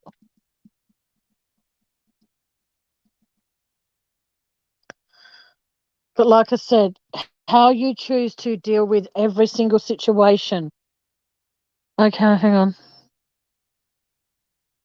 No, no. Because like I said, take it from, I'm not saying this to make myself sound like it's about me here, but take it from me when I do say this. If you spend your entire life trying to fix what other people see that's wrong with you won't even have time to fix what you want to fix about you. Like I used to go through a stage where I would dye my hair from blonde to dark brown to maybe even like a blue black color because I did not want to be me. Because other people said, "Oh, you look so much nicer if you had darker hair." You know what I mean? And it comes down to, what do you mean I would look so much nicer if I had darker hair? If I was to look nicer in a different color hair, why didn't God give me that color hair when I was born? Why did he give me blonde hair? It's just like, I choose to change what I want to change. And I am used to spend Seeking the Truth with Dave is amazing. Yes, yes, yes. But like I said, I think that my whole life I spent, for like the first, I'll be honest with you, from the age of about 17 to the age of say 35, right?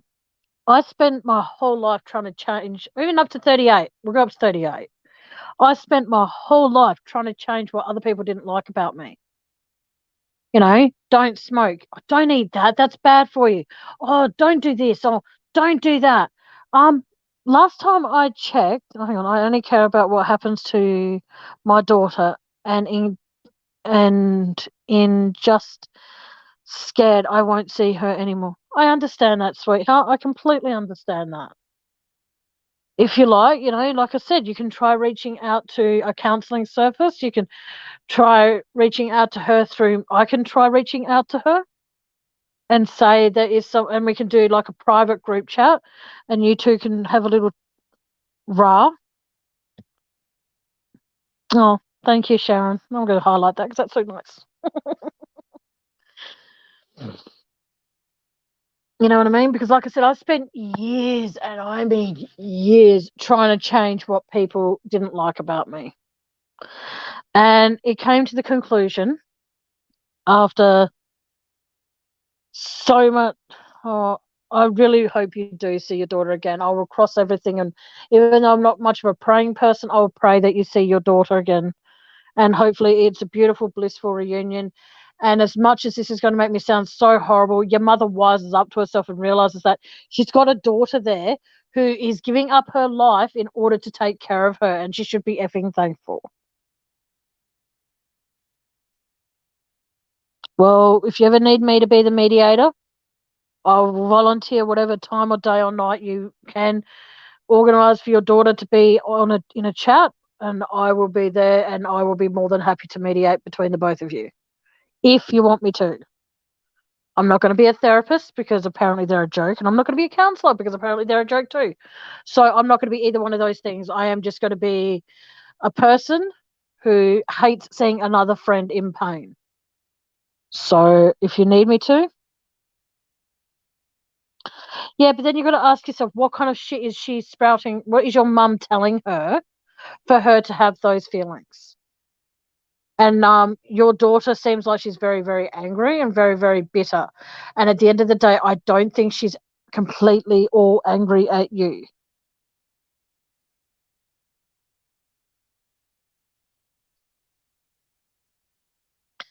So, like I said, if you just, I just wish there was something I could suggest. But I do apologize that you are going through this, Ink. I really, really do, sincerely, from the bottom of my heart, do apologize. Now, Ink, whose house is it? Is it your mum's or is it yours, or is it both, like, say, 50-50? Because if your mum was my mum, let's just let that rest there for a second before I continue, because I don't want to say what I'm thinking. Um, my mother would be in a home by now if your mum was my mum. Mama. Yes. Your mum sounds like an evil, evil woman. And I personally, okay, can she do the basic of things herself without sounding nosy? Like, does she have difficulty bathing herself or feeding herself or anything like that? That might, because over here, if you can't do any of those things, you're basically in a home. I'm sorry, that sounds so mean, but your mum sounds like a vindictive cow. Like, does your daughter go see your mother at all? Like, does your daughter visit?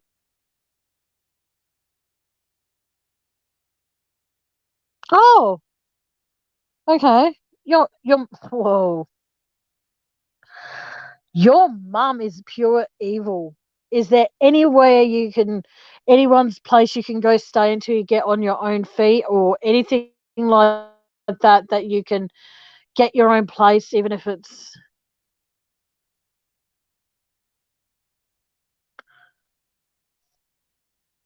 Excuse me for a second. Yeah, I'm sorry. Okay. I'm just, I just wish there was something I could do or suggest, but um, hang on.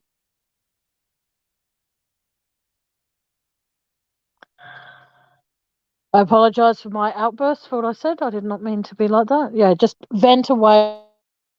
Wait. Um, Negative is about.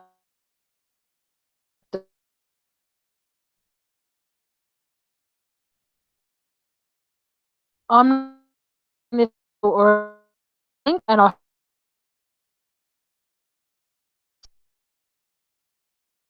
you can keep um.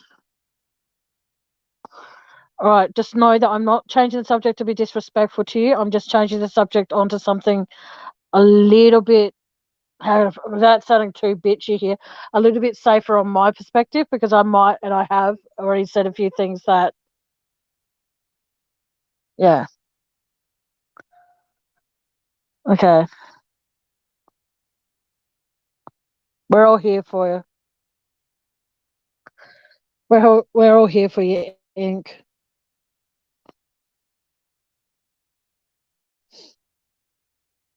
Now, can I ask everybody in chat a quick question? Okay, you're good with that? All right. I just don't want you to be upset, but like I said, feel free to continue venting if you want. We love you, Ink. We're here for you day or night. Most of us are. Where it's your day over there, it's our night here. So, day or night, we're here for you. I just want to be able to bounce on a bit of a, like I said, a bit of a safe subject, if that's okay, or a safe pad for now. Um, who in here? Yes, sending you huge, huge hugs, Ink, all the way from Australia, all in different parts. You got three Aussies here, I think, by the looks of things. You got three Aussies here that are sending you hugs from different parts of Australia. So we all love and care about you, sweetheart. Um, okay, what is something? Okay, let's talk about. Well, he's got a different topic for time being, but as I said, Ink, if you still wish to vent throughout chat, you're more than welcome to. All right, I'm just changing the subject for a brief moment. Who would like to talk about? Oh, Matt Willis is still in here. Hello. I thought you left.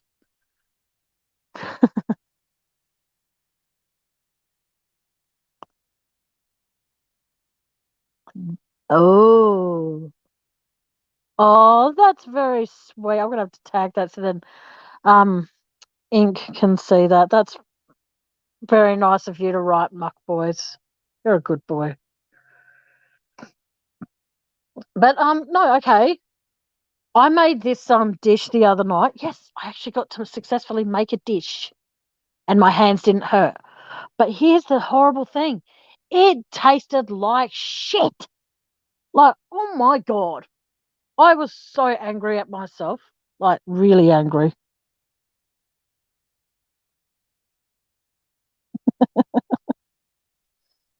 Oh, I like that. Please. Do you live with your girlfriend? Florida hugs.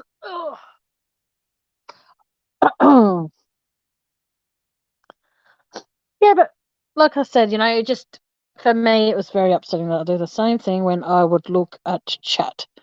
Well, Ink, I know that you are not NK, thank God, because I think you would have a few choice words to say to me if I was, with all the names that if you were, especially with all the nicknames that I come out with for NK. Okay, I'm going to. I don't know what I'm going to do. Yeah, see, okay, in chat, what is your favorite thing to cook? I'll leave that for people.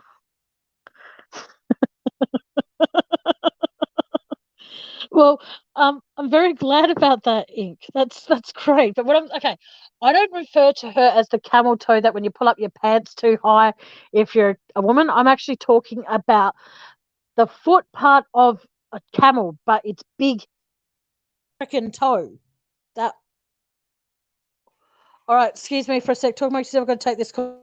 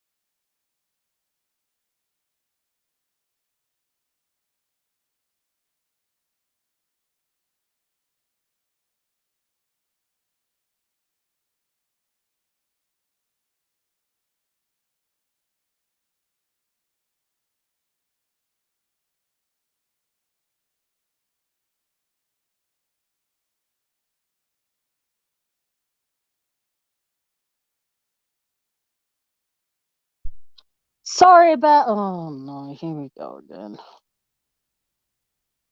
Sorry about that, guys. I don't know what's going on. Hang on. Hello, hello, hello, hello.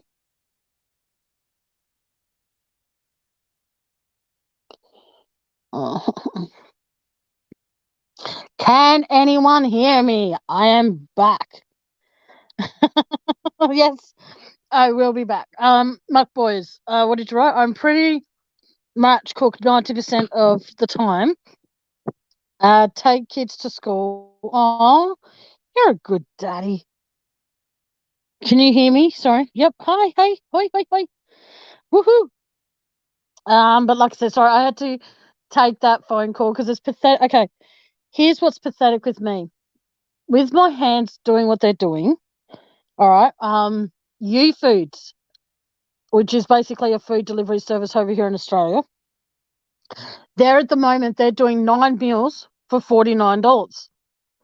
And I'm trying to convince them to let me extend that deal to the 21st.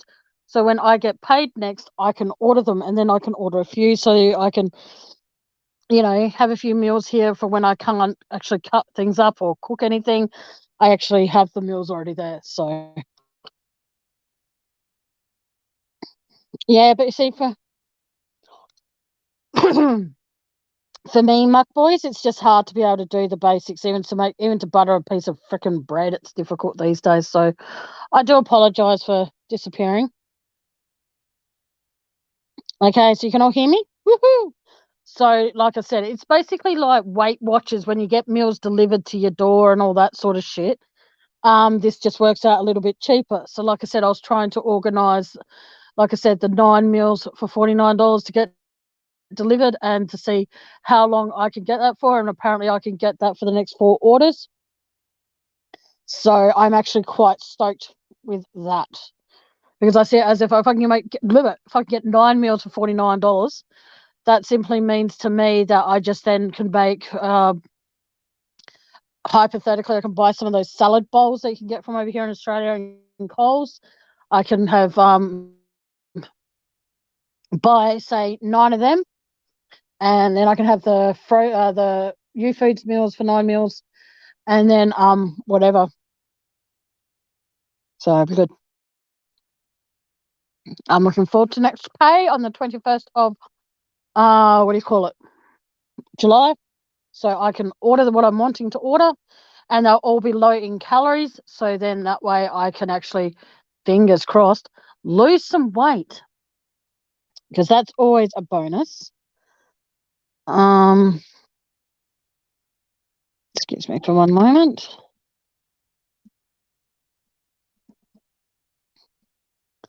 Sorry about that. Just had to respond to a text, which is I was saying, Tammie, that I would eat whatever you cooked. When someone takes the time out of their day to cook, I appreciate it. I will eat it no matter what it tastes like. So it's even more special. Craig B, the company I'm talking about is called U Foods. Um, it's an Australian-based company. I don't know if they have them in America. I don't know where you are from, Craig B, but it's called U Foods, which is YOUFOODZ. U Foods. They're pretty good. So, like I said, at the moment they have 9 meals for $49. So I thought, beg and plead my case and say, and they said, because you have been a customer of us before, we're more than happy to do that for you. So I'm like, thank you, thank you, thank you, thank you, thank you.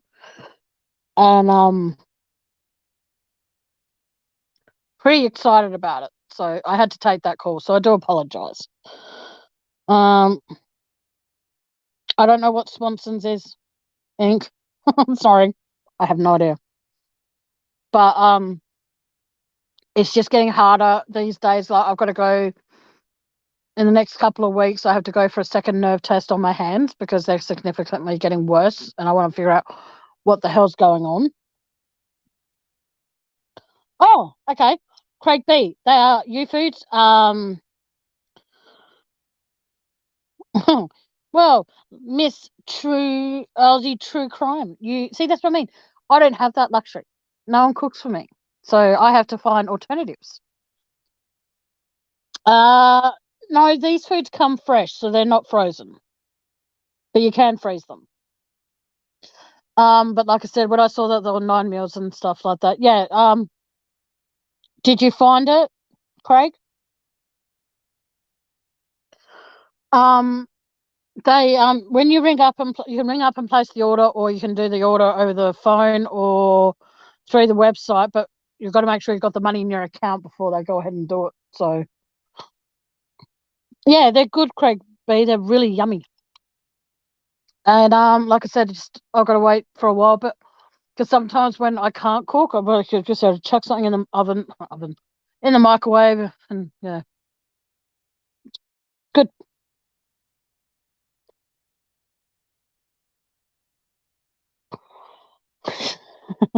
Hang on.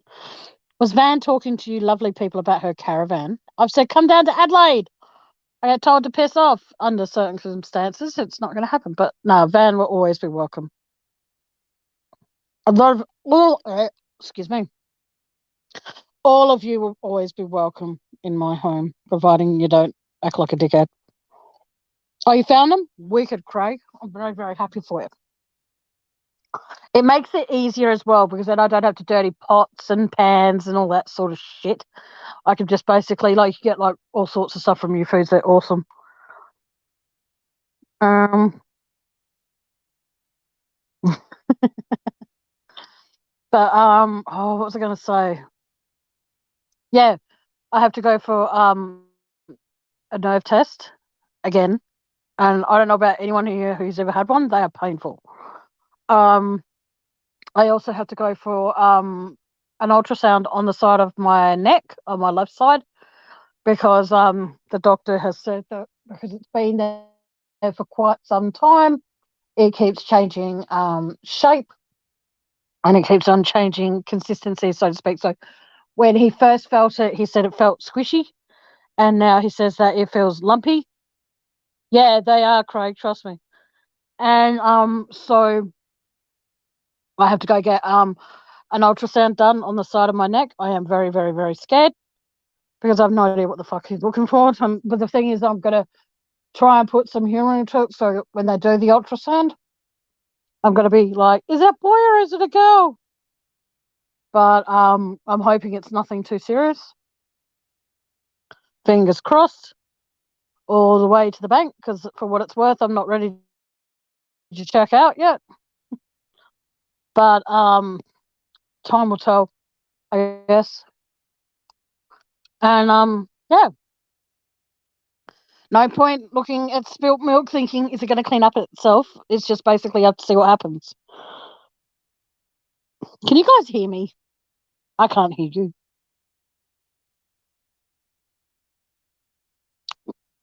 Every time I think of caravans and stuff, I always think of that movie with Lucille Ball and her husband Ricky, the long, long trailer. Thank you, Sharon. Thank you, Mark. But like I said, it just gets a bit scary at times. I don't know what to do.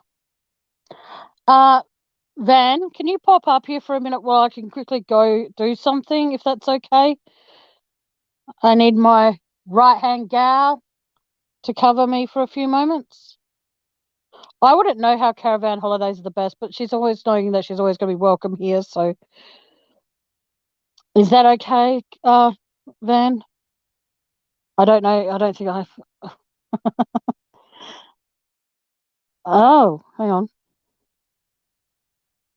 Oh, look at that. I didn't actually know that I could write in chat. This is cool. Oh, hello, Laurie Dozer. I don't think I've seen you for.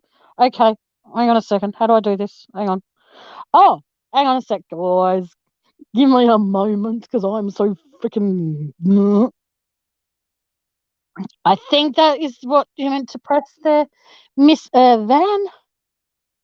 Oh, thank you, Laurie. I didn't even know you were in here, honey. How you going? But like I said, I've invited Van up here to tell you guys stories about her trailer experiences. and all that sort of stuff, her caravan business. And I have to disappear off panel for a little bit because I have to figure out what the hell's going on. Hello, Paula. How you going? So, yes, if Van is... Okay, give her a sec. I find when you're on StreamYard, okay, this is going to be really weird. I find it so different from when when Van used to help me with StreamYard and everything like that, allow me to use hers. It was like, it's a whole new ball game now in comparison to what it used to be like when I'd just be on panel and blah, blah, blah, blah, blah, blah, blah, blah. Yes. So, yes, welcome, Paula. She is an absolute sweetheart. If it hadn't been for Paula, I would not actually have had my Facebook page of True Crime Discussions with Tammie, because Paula is actually the one who set that all up for me. So I give her the kudos to her, down to her. Yeah, I'll just give her kudos. And very, very, very huge thank you for Paula for helping me, or actually not helping me, actually setting it up for me. Okay, I'm going to let Van take over for a few moments, and then I'm going... Okay, that didn't work. That's weird. Okay, hang on. Okay, I've added you to stream. Are you here, Van? I've added you to stream. Where are you? That's weird. Okay. Yeah, I don't know why it's not working. Yeah, but you set it up for me, Paula. So, you did the work to begin with. I don't know what's going on here. This is weird. I don't want to kick you from studio. It says remove from stream. Oh, there you are. Oh, my Lord. Okay. I didn't know if I was in it, out of it. What the? Neither did I. Hello, Like, people. Hello. okay. Oh, She hasn't been drinking today, so you got to get a decent conversation out of her. I thought not having the kids last night, right? So I had 1.5 drink. I couldn't even make the second one. I had about 3 sips out of it. It was awful, and it gave me a headache. So it was absolutely terrible. Anyway, all right. Are you okay to take over for a moment while I just pop out for a second, figure out where someone who was meant to come here today to help me with something, he hasn't showed up, and it's been nearly 5 hours, and I just want to know what's going on. Yeah, so just I'll be back. You're okay. Okay. All right, I'll speak to you in a sec. Bye. Woohoo! This feels really weird being a guest, like it's a bit strange. I'm not gonna lie. Oh dear Lord! All right, so I'm gonna pop. Hang on, you pop the chat out. I have no idea what I'm doing. I should do. You'd think so. How the hell do I pop out of here? You add yourself. You take yourself off stream. How do you do that? Hang on. So you click on yourself. Remove from... There we go. No, I removed her. Oh my God.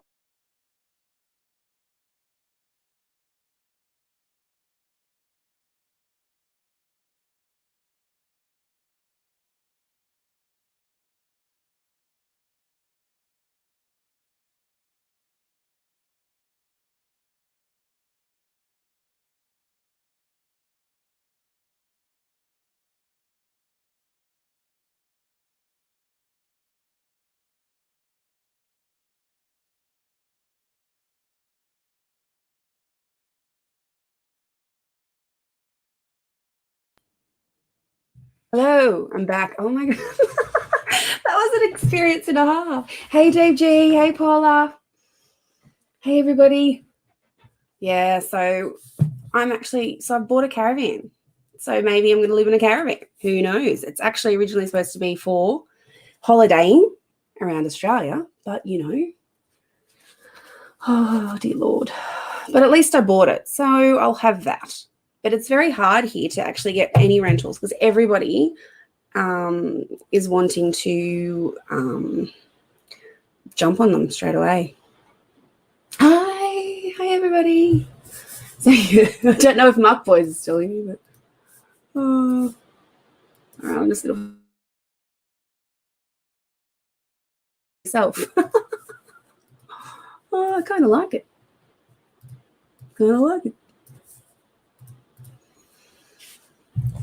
So what's everybody up to today besides hitting YouTube land? Anything interesting? I was just doing rental applications while I was chatting to everybody in chat, but it wasn't very exciting. Lots of it. Absolutely. I can't wait. There's parts of Australia I've never seen, so I'm really kind of, when the whole COVID thing settles down, hopefully it will soon. But there's parts of Australia that isn't as bad as where, like Sydney and where I'm at the moment. So, so yeah, hopefully. I mean, the kids, I don't know how the kids are going to go with it, but I think they'll like it. Oh, Aussie true crime. That's okay, but you're awake now, so that's the main thing. But you probably needed the sleep, so if you need to go back to sleep, that's all good. Okay, Chewing gum and cursing. Ink, that's most of my day. And unfortunately, it's generally at my kids because they're bashing each other up. So, and then I try to get them to sleep, and it's just awful. So I'm hearing you. Can you hear me? I can hear you. Can you hear me? I can hear you. All right, I'm going to continue letting you do that because I don't know what's going on. Well, it's raining here, so again. I don't know what's happening. If it breaks in and out, just let me know. But I'm pretty sure that I'll have a bit of a indication. Right. Well, I'm trying to figure out how to keep you from, like, keep you talking on panel, but also so then when I'm making the phone call, it doesn't come through on the phone call. I have no idea. Like, I've always done stream on StreamYard on the computer or my iPad, so I don't know. All right. That's one thing I can't do. I think I've got an idea. I'm going to not end the live, but I'm going to let you continue. And I'll be back in a minute.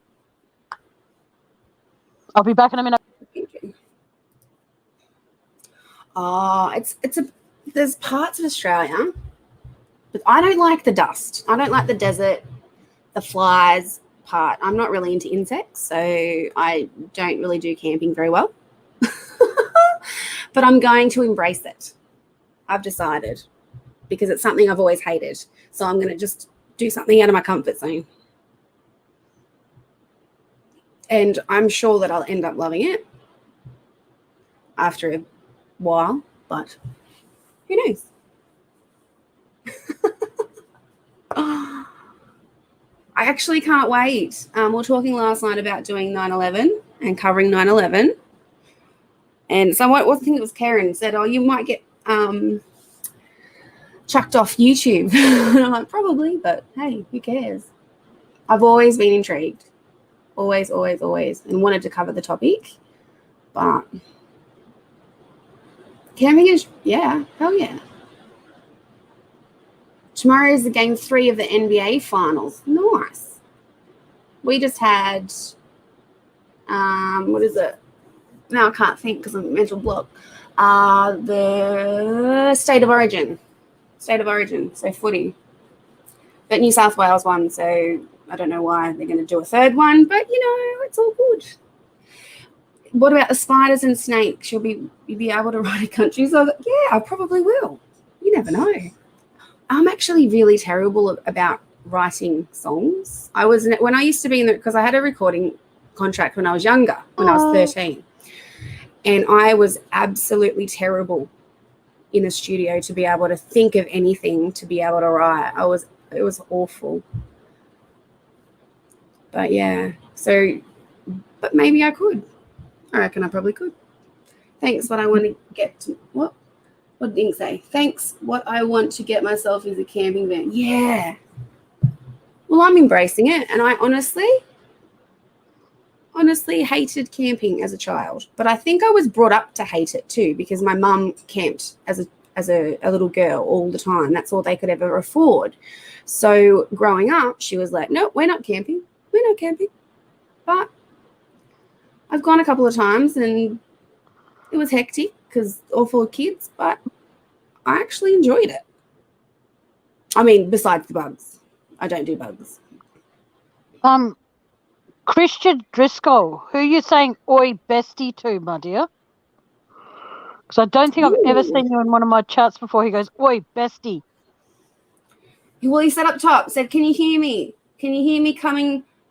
Can you hear me calling you? So. Okay. Yeah, I know. I don't think I I've don't ever have seen any you on in one of my YouTube. chats before.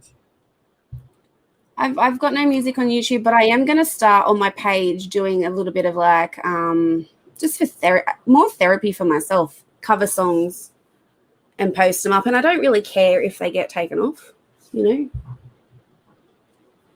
Because I thought, why not? The closest I've come to camping is a log. I love log cabin. Log cabins. I love them. I actually want to make a house out of them. What was that, sorry? I get freaked out with log cabins, though, because of the fact that they're all made out of logs, and if, you know, the fire gets out of control, your fucking cabin's gone. Yeah, you would probably think I would freak out about that, but I actually don't. I love them. I don't think I've awesome. ever been in one long enough to actually love them, so yeah. Yeah. My partner and I would actually do a whole, we'd love land to be able, and we actually are going to eventually buy land, hopefully next year. Right now, with everything that's going on, not at the moment. What are you doing? I'm waiting to finish talking so then I can quickly say something. Christian Driscoll is a 9/11 enthusiast. So Yeah. that's sorry, I've just come back in and, you know, reading all the chat and seeing what I've missed and see if there's anything that anybody needs me to do.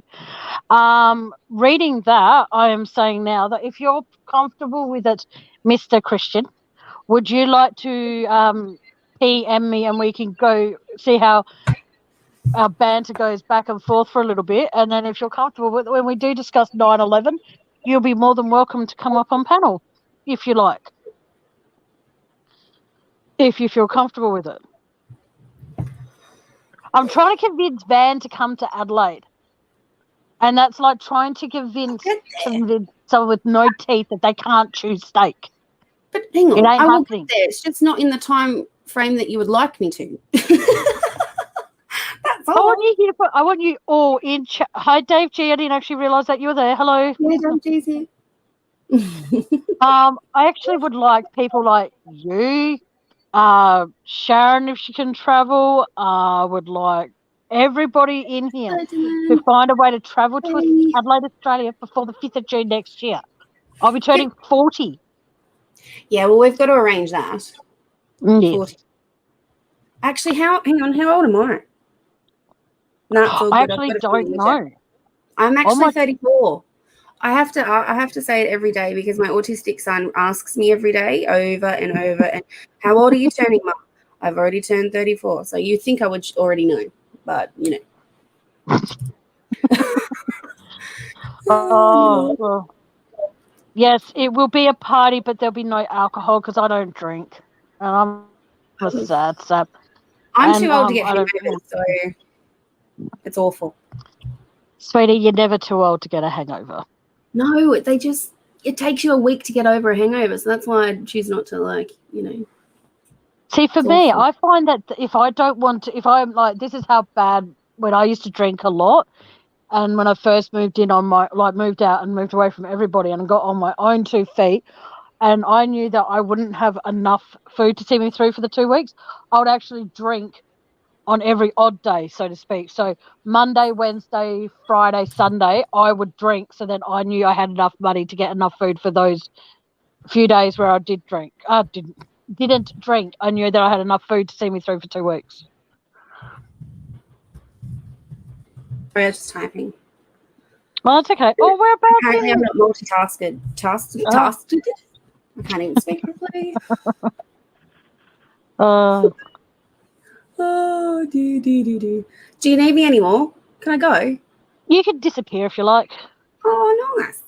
You don't have to. You're welcome to stay up here if you like, but you're welcome to disappear as well if you like. I kind of need to finish my application. You go do what you need to do. That's fine. Thank you for covering me for those few minutes. No worries. Sorry if it was boring, people. I have a tendency of that. All right. Mwah. See you, everybody. I'll be in chat. No worries. Hey, that's very close to me, Aussie True Crime. Very close to me, but I'm not actually going to reveal the area I live in because, trolls and all. Yeah, that's very close to me. Very close to me. That is scary. Is it? I don't know, but hang on. That would be a party. Yes, for me to turn 40, and yes, I'm thinking I might actually figure out something. She ain't telling a lie there. Hang on, what? Who ain't telling a lie where? I'm confused. Yeah, but like I said, Van, thank you for covering for me for those few moments. I appreciate it. Yeah, I've been here for where I am now. I've been here for 15 years come February next year. So, yeah. Who knows, Aussie True Crime? We may have even met. See, when I've got a hangover, I don't eat. And when I don't eat, I sleep. It's like this really, really, really, really, really fucked up pyramid scheme. Tammie drinks, Tammie doesn't eat. Tammie doesn't eat. It's like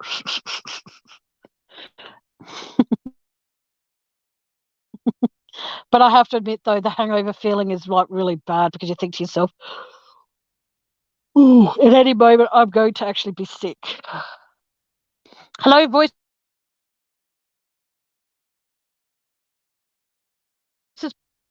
So, but like I said, it's just, it comes down to turning the age I am now is very, ugh. It's like I'm teetering towards 40 and it's scary. But there's a lot of things I've done that I can look back on and go, back in my day. But yeah. Trying very, very, yeah. It's Tammie with an I-E. I-E, not with a Y. I-E. I have spelt my name Tammie since I was 13. So that's like a 26-year commitment, and I ain't changing it now. So, but it's all good. Yes. Hi, Mrs. Sure. Um. Oh, Van, you scared the living shit out of me there, dear. Shit, that was Van that typed in, not my troll. Okay, just so we all know, that was Van that wrote on my behalf, but yeah, that's not me.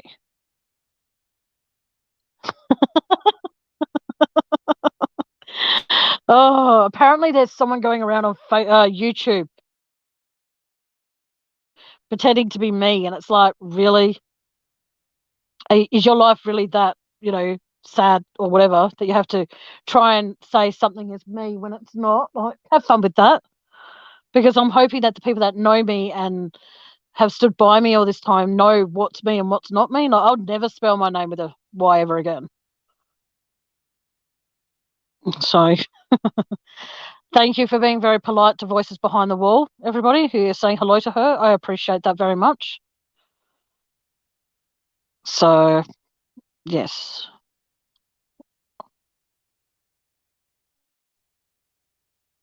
Yes. It is like, good luck with that, because it comes down to that if people want to do that sort of shit, that says more about their character than mine. Like, I've never tried to troll someone. Apart from when, hang on, no, I retract that. When I was in high school and my sister had her baby when she had her baby at 16, and I didn't want to be at school, I'd actually go to the students' payphone and I'd ring the school and I'd pretend I was my sister. And I'd actually get me out of my next lesson because I did not want to be there. So I do admit I did pretend to be somebody that I wasn't. And those who know me know my real name and they know never to use it. So we're all good. I'm really sad with that, eh? But what was I gonna say? Yes. Thank you for if you're still in here, thank you for popping in. If you've disappeared, thank you for popping in and saying my name the way you said it and scared me. And yeah, thank you. Okay. Regardless of what what's his name? Muck Boys had to say. I'm sorry, but if I made something that I thought was absolutely disgusting, I wouldn't even give it to a dog. Like I cook up like on my channel when it gets my new channel, I should say, renamed channel, when it gets up and running, I'm gonna have a segment at least once or so. Excuse me, where I cook, providing I can. And I'm going to teach you guys a few recipes that I like to make when I can, and a few things that I like to do and stuff like that. You know what I mean? Like, I love making my vegetarian sausage curry. Van, I'm sorry to disappoint you, sweetie. I can pronounce it, but I won't hear.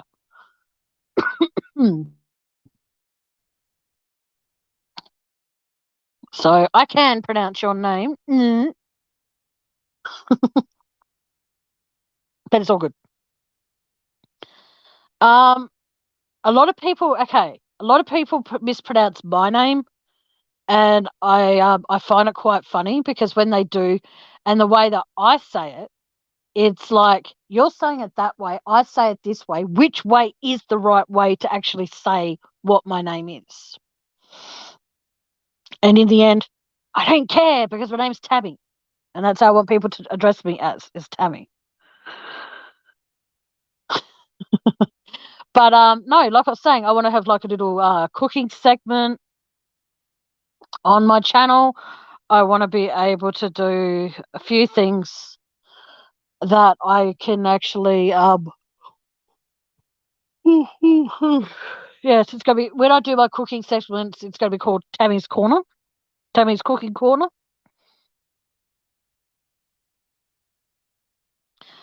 Matt, would you ever move back to Australia out of curiosity? I hope that's not too personal, and I'm sorry if it is.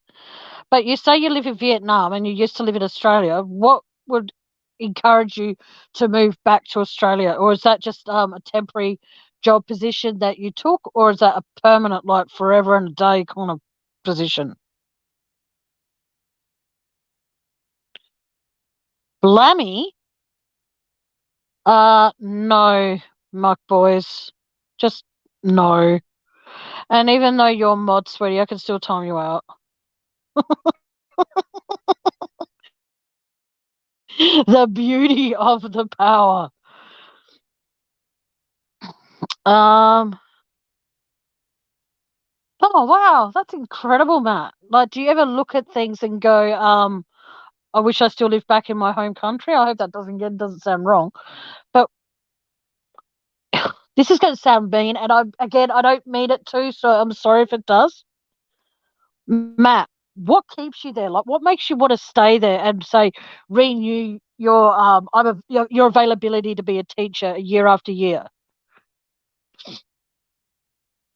Yeah, see, that's the beauty of actually being the host of the channel, my boys, is the fact that I have this little feature here where it says put user in timeout or block user. I actually have that power from my end. I would move back to be with mum and dad. That's beautiful, Matt. I admire that.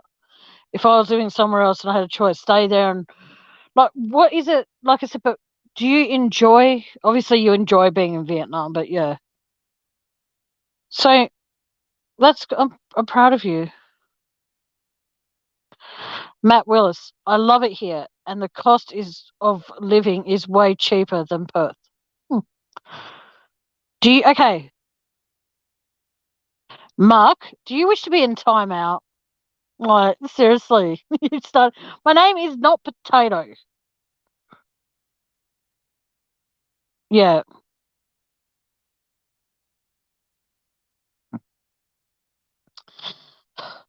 Okay.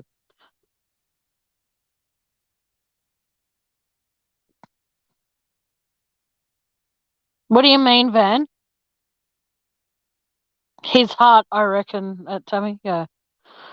Okay, I got it now. For read it out loud.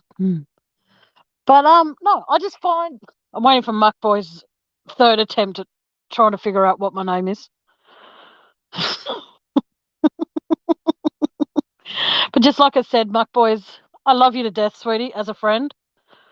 But I can still block you. That's the beauty of being the host of my own channel.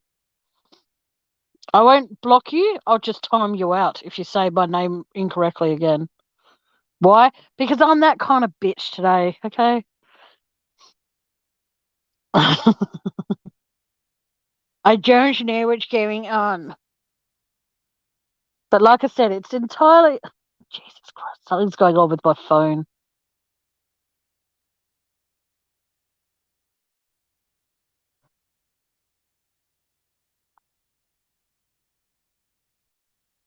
Sorry about that, guys. Whoa. That echo.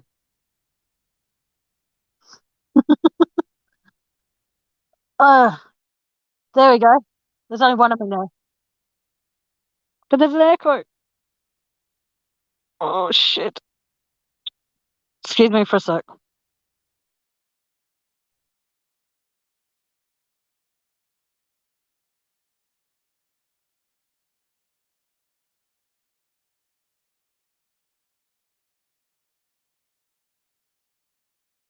Okay. There's no, as far as I know, there is no... Yeah, you don't want two Tammies. That's just really bad. No, Van. Do you want to try and see what it's like to be timed out, do you, Van? Seriously, you wanted that last night too.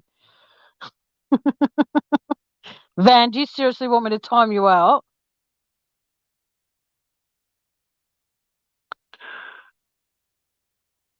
Yes, I know. But Van, do you seriously want me to time you? Are you serious? Okay.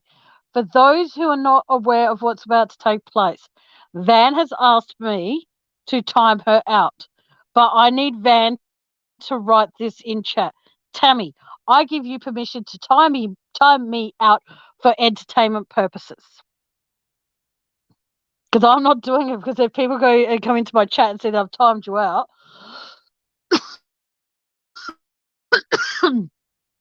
they will think that I've done... Excuse me. So do write that. Yes, but say, okay,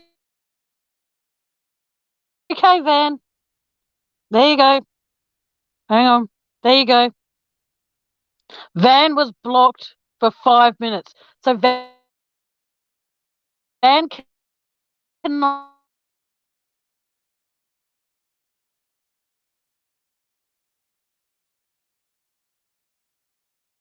seconds normally, which means...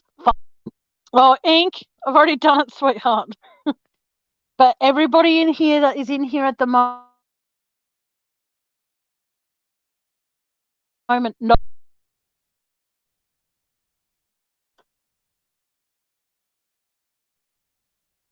I feel fucking bad now. Oh my god, this is so bad.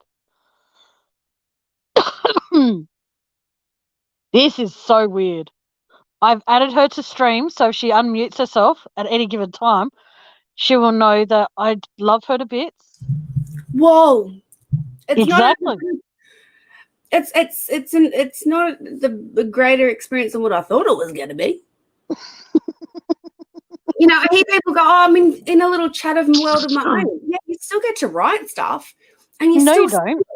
Yeah, you do. So you write it, but no one else gets to see it. I just write "yay" before, and I can write "Van is awesome," right? Yep.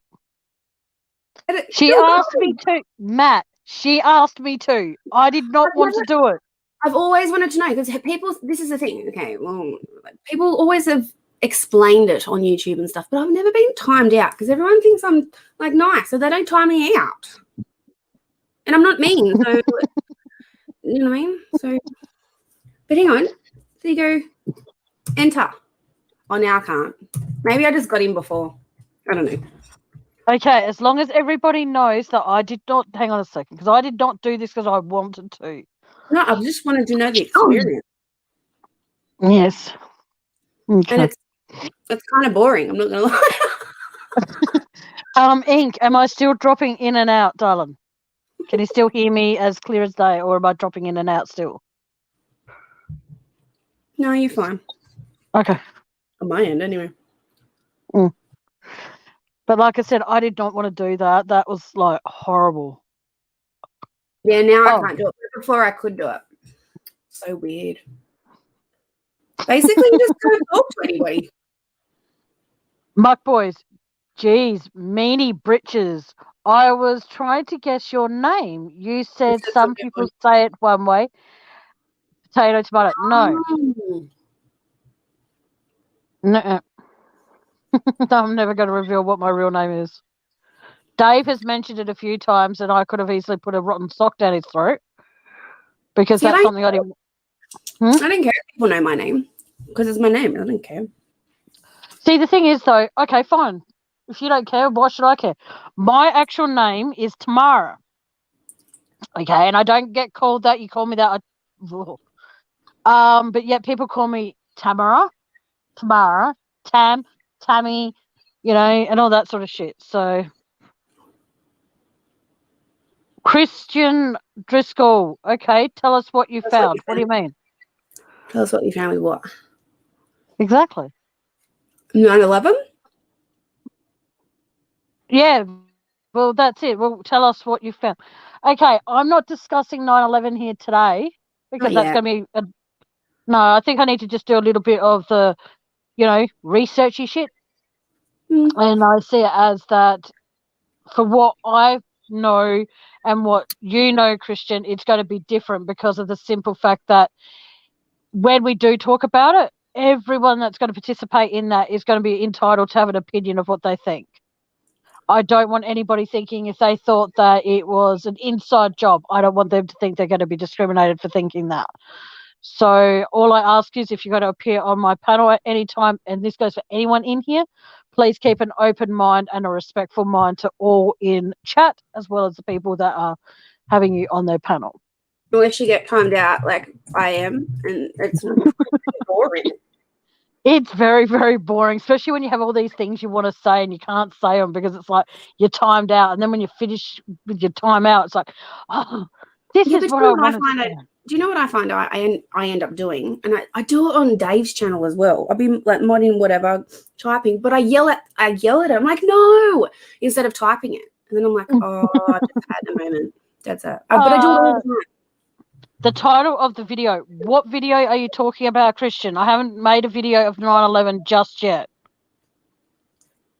I haven't made one on my channel about it. So when I do, I'll make sure it's on here and it'll be up there for a few days or whatever, a few hours, whatever, before I go live. Oh my God, I'm back. Well, yes, you are. Wow, how many times do you need to write your name? Well, I was trying to test it. Oh, that's classic. I haven't, like I said, Christian, I haven't created a video yet, but when I do, it will be on my channel. We touched the subject last night. You went through a little bit of it, but we were going to actually do a segment on it and properly. Yeah. Oh, the title of the room. Okay, it's True Crime Discussions with Tammie. But it's going to go on a revamped name to change it to something else. Yes, Van's back. Yeah. I'm back. I do talk about Chris Watts a lot, but we got a friend in need today, and I had to alter today's live to be there for her, and I'm more than happy to do that all over again and any other day. Well, you will, because it's your channel. Yeah. I'll always do it on mine. Yeah, exactly. Like, it doesn't matter if I have something set in stone what I'm going to be discussing. If there's someone in chat who needs to talk and needs to vent, I will be more than happy to drop whatever I'm talking about at that moment and make sure that they're okay. And that's just who I am. But apparently I'm not. Apparently I want the attention on me. You're sounding like an alien because it's dropping in and out. Oh, well, that's okay. I don't mind. It's all good. Okay. Well, I'm going to, I've just had my lunch. All Not that right. anyone really needed to know that, but I've had my lunch and I'm going to go back to doing my application that's taken me 3 hours to do. Okay, well, Christian, if you like, I'll go through all of them and talk about what I wanted to talk. So, yeah. No, All right. Ink, you don't have to give warning at all, sweetheart. Just No. it's all good. You There can't, is okay, you cannot predict when you're going to need someone to talk to. So, yes, no. I did talk about Chris Watts in the beginning, but as I said before, Christian, if I'm talking about a topic that is in my title and somebody needs to talk, I'm not going to Yeah. completely ignore them and then continue talking about what I'm set out to do. If someone's in chat and they need someone to, or need a group of people to talk to, I am going to drop the topic of what I'm talking about and make sure that they're okay. And you don't have to give any warnings at all, Ink, at all, because you cannot predict when you're going to need help from one day to the next. So, and that goes for everyone in here. Please don't think that you have to give warning. And yes, I did say this title of this book channel tonight was about Chris Watts. But when a friend is in need, fuck YouTube rules. I'm going to change it, and I'm going to make sure that the friend of mine needs help and is getting it. You're so delicate about it. I love you so Huh? much. I was Yeah, well, like, bruh. no, well, it pisses me off because I don't want people thinking that. So if you came in here and you went bankrupt, I wouldn't be there going, "Oh well, sucked in." Back to the topic about the birds and the bees, boys and girls. Fuck that. No, I'd make sure that you're okay. Yeah. So yes, if you ever need anyone in here needs to ever talk, and I'm talking about whatever, just let me know, and we will focus on what is upsetting you, what is hurting you, what is annoying you, and that way you might be able to look at the rest of your day or night with a bit of a smile on your face, and it might help. That's just who I am. Anywho. All right. Well, I'm going back to my application and go back in chat now that I'm untimed. And I just want to explain to people, it's not a great experience. I thought it would be funner. I know funner isn't a word, but I just created it. And you thought it would be more fun. Yeah. Oh, and it kind of wasn't. So, yeah. For a house, I'm getting kicked out of my house, not because I'm a bad tenant, because the owner wants to sell it. So that's why I bought a caravan, just in case. Yeah, so everyone sends positive vibes to Van that she gets a property. Yeah. And it's everything that she could possibly dream of. So I can't buy property until next year. So I need to have a rental in the meantime before I can actually buy a property. So yeah, good old fucking Sydney COVID rules, whatever they are. Oh, and I'm over the whole COVID thing, and it's the lockdown. Sorry, can you take over for another second? I've quickly got to do something. Yeah. All right, cool. I'll be back, guys. Back in a sec. But at the same time, with all the people that are getting sick, it's so terrible. So luckily where I am, I mean, I don't really go out much. I only take my son to his therapies, and I might go down to the store to get some nappies and some milk, but I don't get out much. So I'm a bit protected in that aspect, but yeah. It's all good. Thank you. Mwah, mwah. All right, I'm gonna go. Pop down. Oh, be with it's a good thing I came back when I did then, because you would have disappeared and left my channel unsupervised. How rude. It was before. We were having a great time before. For like ages. We were all just talking amongst ourselves. Yeah, because I couldn't get back into the bloody StreamYard. I was like, what do I do? Oh, there we go. That's what I do. Okay. Yes, true ink. There is. All right. Love yous. All right.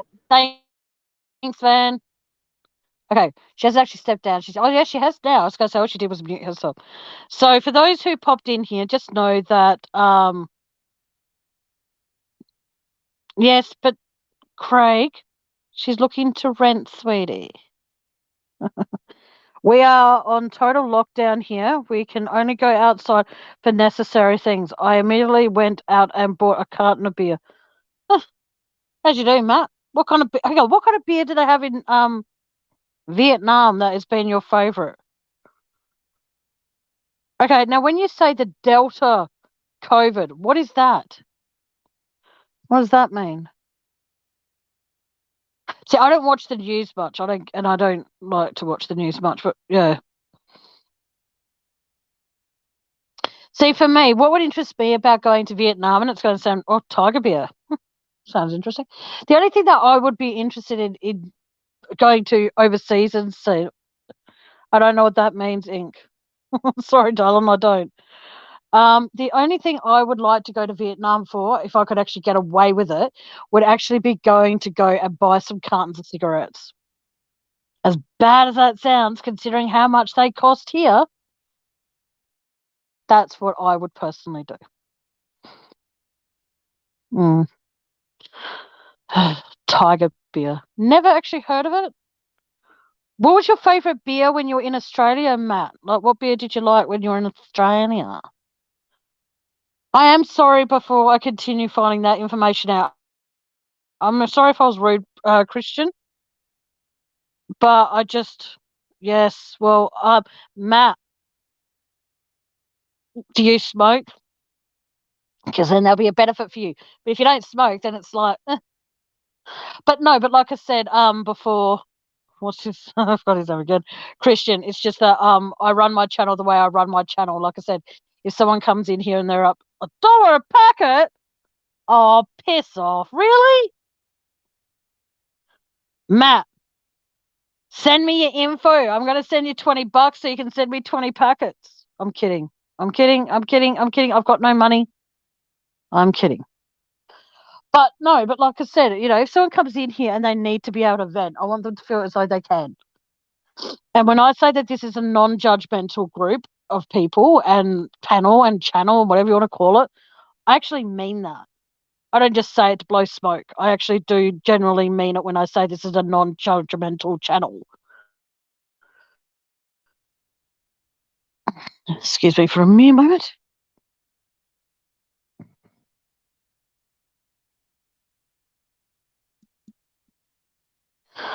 But like I said, I just it's very what do you call it?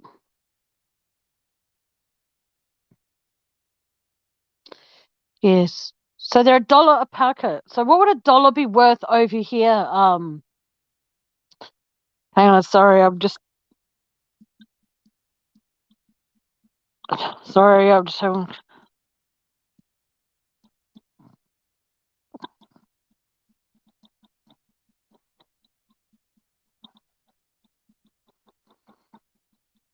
Sorry, guys. Let's talk. If it's okay, talk amongst yourselves for a few more moments.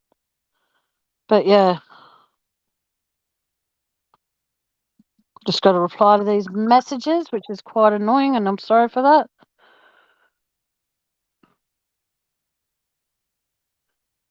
Okay, yeah, exactly. Put a 1 in chat because there's 13 of you in here now. Put a 1 in chat if you'd like me to go back to Chris Watts, or 2 in chat if you'd like me just to what do you call it? Ink will never judge you, honey. Ever. Anyone does, they'll be removed or timed out. Like I said, okay, so 1 in chat if you want me to go back to talk about Chris Watts like I was on my Facebook last night, or 2 if you'd like me just to continue with the random shit.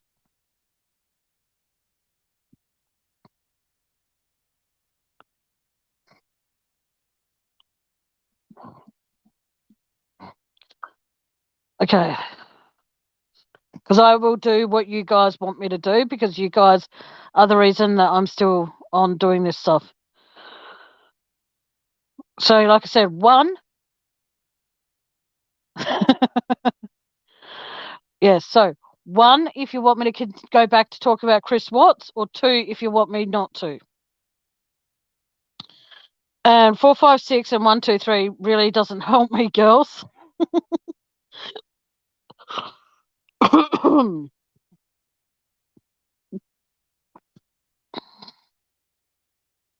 Yes, so please let me know.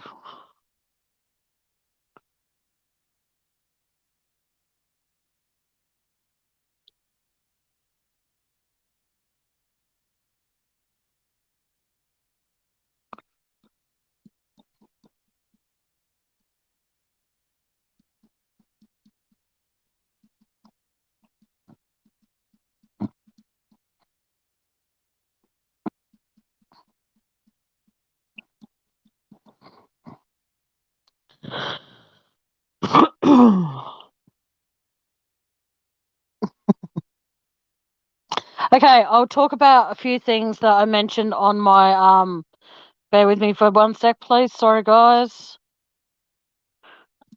Okay, I am actually going to rehash what I talked about on my channel last night, and I'll talk about Chris Watts for a little bit because everybody knows how much I love talking about that thing.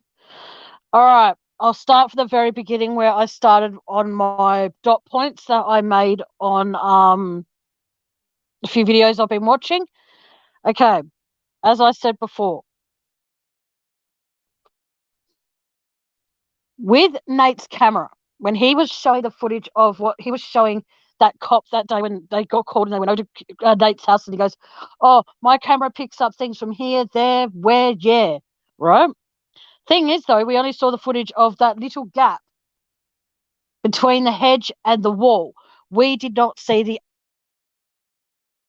other footage of them. Now, why is that? Why didn't we see the footage where Nate claims we could see his cameras picked up footage from all over the street, but yet we only saw that little part between the from there and the bush and the wall? How come that we didn't hear them saying, "Oh, well, could you show us footage from your other cameras you just mentioned that you pick up from?" D. Okay, so there's that. The next one is where DA Rourke is standing up and talking about I'll talk about camel tits in a minute. What I'm saying is the fact that there was no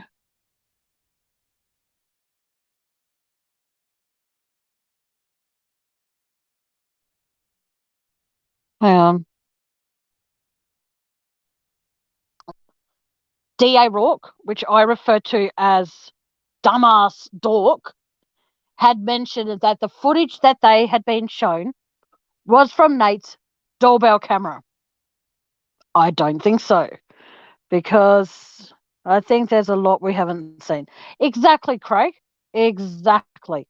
There's so much footage that we have not seen, but yet, why is that? Why haven't we been extensive that little snippet of Chris walking out to his car, then coming back? I don't understand. Okay, why DA Rourke said that it was Nate's doorbell camera. That's the footage that they got shown. I don't think so. I think that they were showing so much more footage, but they didn't want to show us that, and God forbid. Because even if they didn't show us, wouldn't have that, okay, regardless of what we were shown from the cameras, nothing was mentioned in the discovery about the cameras of what Nate said they picked up on. So I find that very strange too. When Chris is sitting there, I agree with that, Sugar Beet. I agree. Welcome. I don't think I've had you in my chat before, Sugar Beet, but welcome. Yeah, I think by them hiding a lot of the footage that we would have been able to maybe see NK or Camel Tits leaving that day. For you, if you didn't know, NK is sugar tits, sugar toe, sugar. Start again. Camel toe, camel breath, camel tits. I have a lot of nicknames for people in this chat, Sugar Beet. So I apologize if you haven't been in here before and you're not familiar with them. I apologize immensely if you are finding it rude. Give me one moment, please.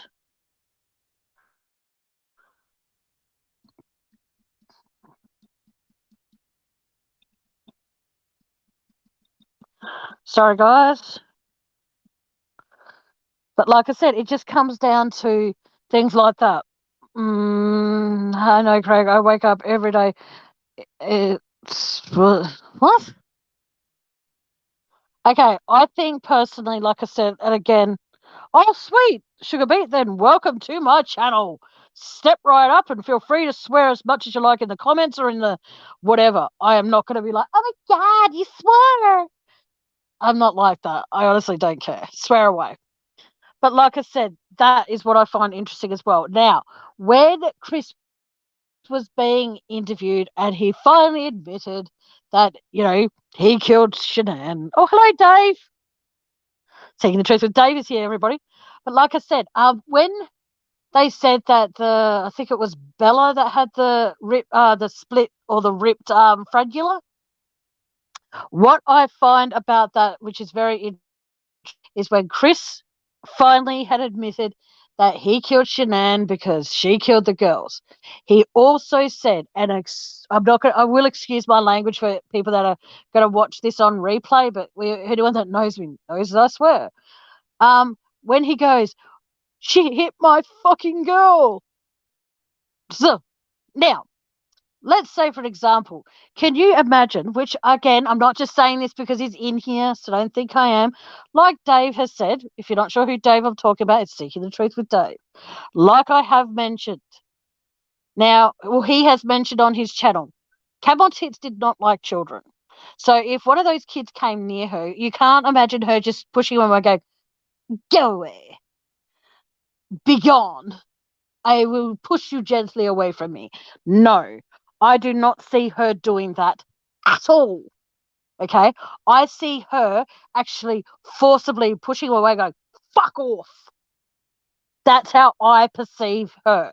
Now, if she had hit one of the girls, the one that had the ripped thingy, I forgot the name of what I already just said, that ripped piece of skin between the top lip and the frenula. I hope I'm right. If I'm not, please correct me. If that was in fact torn, because they're saying that was by, if they had told, what was I going to say? If that was by blunt force trauma, how do we know that that wasn't from when, to stop the girls from screaming, NK didn't like grab him and smack her hand over the mouth area? We do not know that. So,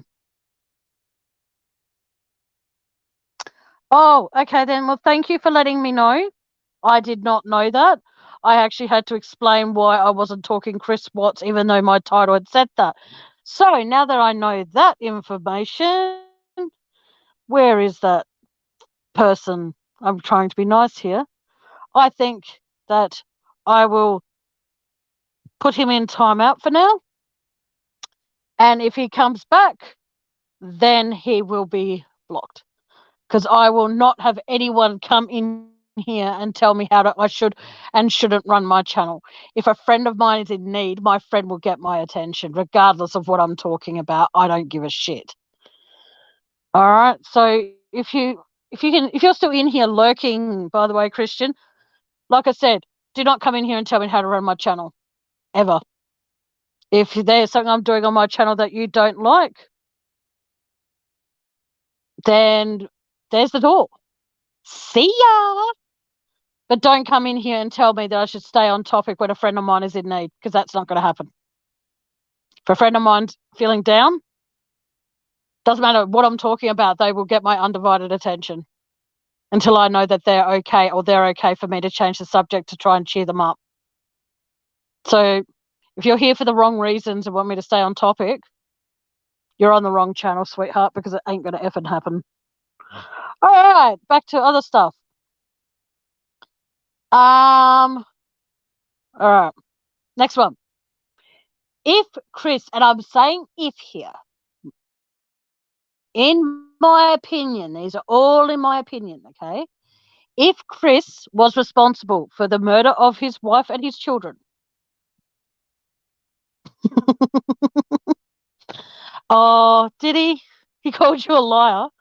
Oh wow. Well, whoever is mod in here, when that SOB comes off timeout, block him.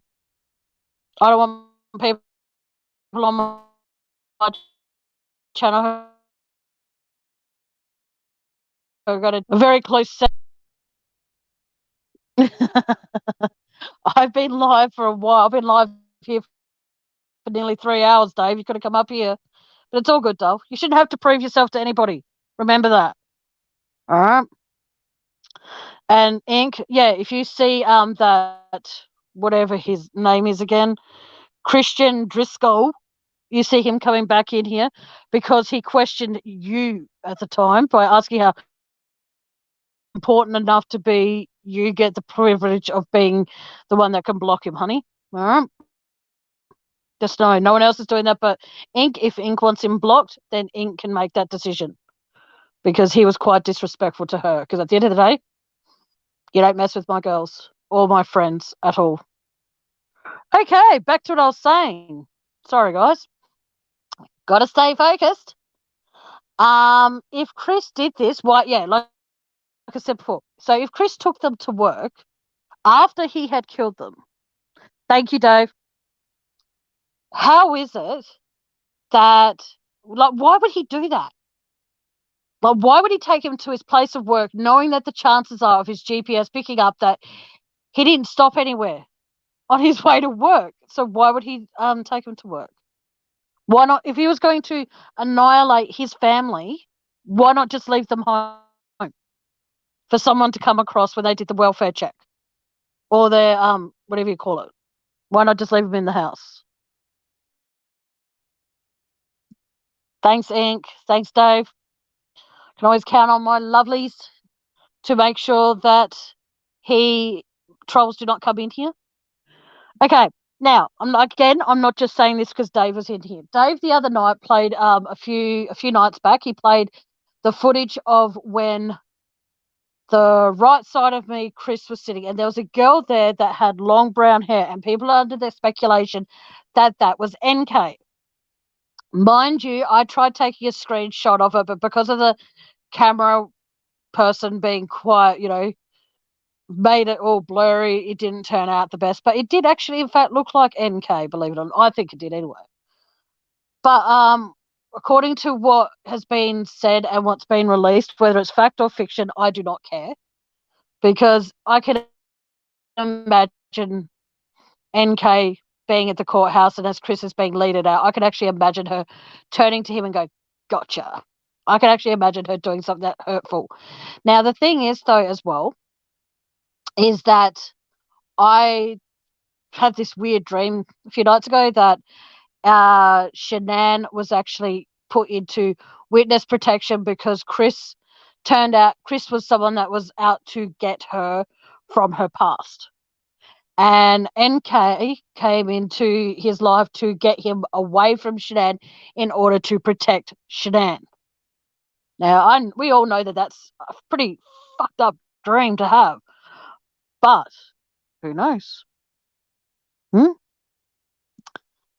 Okay, moving on to my next little tidbit. Regardless of what people say, I believe Chris came home in a different shirt that he went to work with. Yes, they say he changed his shirt and all of that sort of shit. Now, if that was the case and they had seen the footage on Nate's camera, seeing Chris leaving wearing a black shirt, and he comes home and he's wearing a grey shirt, I would be personally saying, you want to ask Dave about the window in the basement, Tammie? I will in a little moment. I will if Dave. I see as if Dave wants to pop up here, he can let me know and I can send him a link and he can come up and talk about whatever he wants to talk about too. And if he wants to correct me on anything I'm saying wrong, I'm sure he would love the opportunity to do that, like lots of other people. But what I'm saying is the fact that my first question would be to him, okay, sir, why are you wearing a different coloured shirt now as you're standing in front of me in comparison to what you're wearing here? I would be asking him about that. I don't exactly know what you're going to ask about the basement window, Ink. I can't remember. I'm sorry, darling. Feel free to. Just tag him in it so he knows you're talking about him. Yes, Dave is away. He's enjoying his time off YouTube. So me being me, I've not necessarily taken over the reins, but I've decided to come out of hiatus and give Chris Watts speeches every chance I could possibly get. Yeah, I'll be questioning Chris about why he's in two different colour shirts. Please go get the other one that you're wearing to work. And yeah. Now, this one, I've actually had people agree with me. on some people disagree with me. Was it Chris that reversed the car into the driveway that morning? Can we be 100% sure?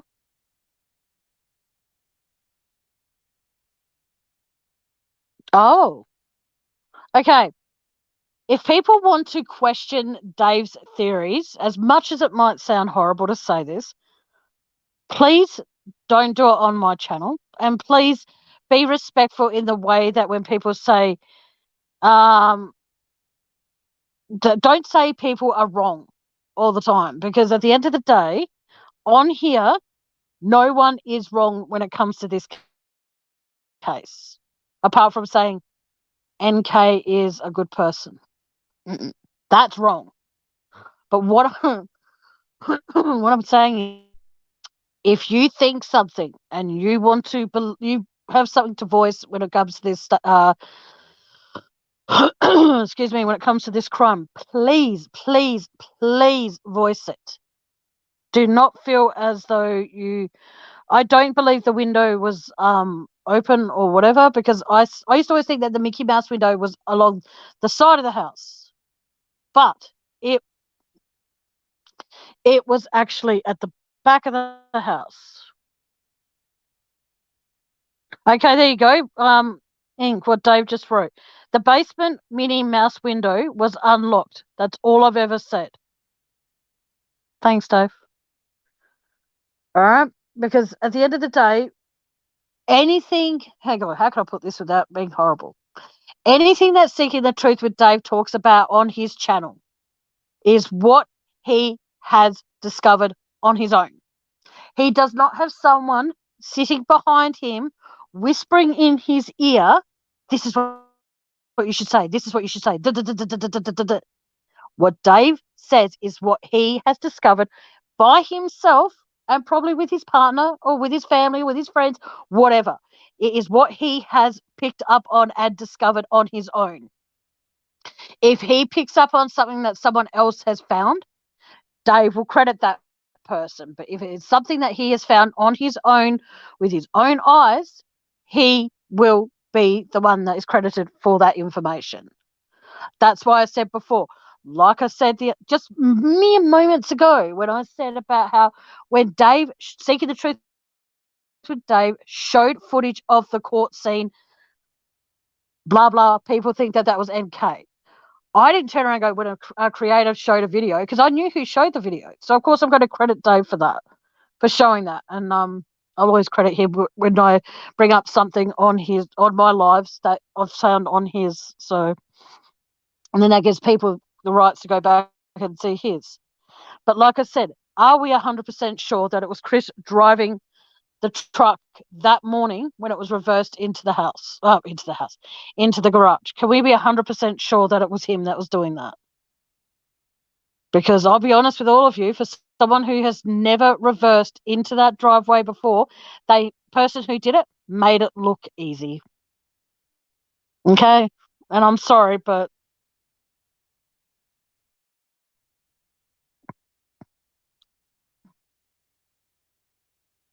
yep, I agree with that. I'm going to highlight that one. Yep.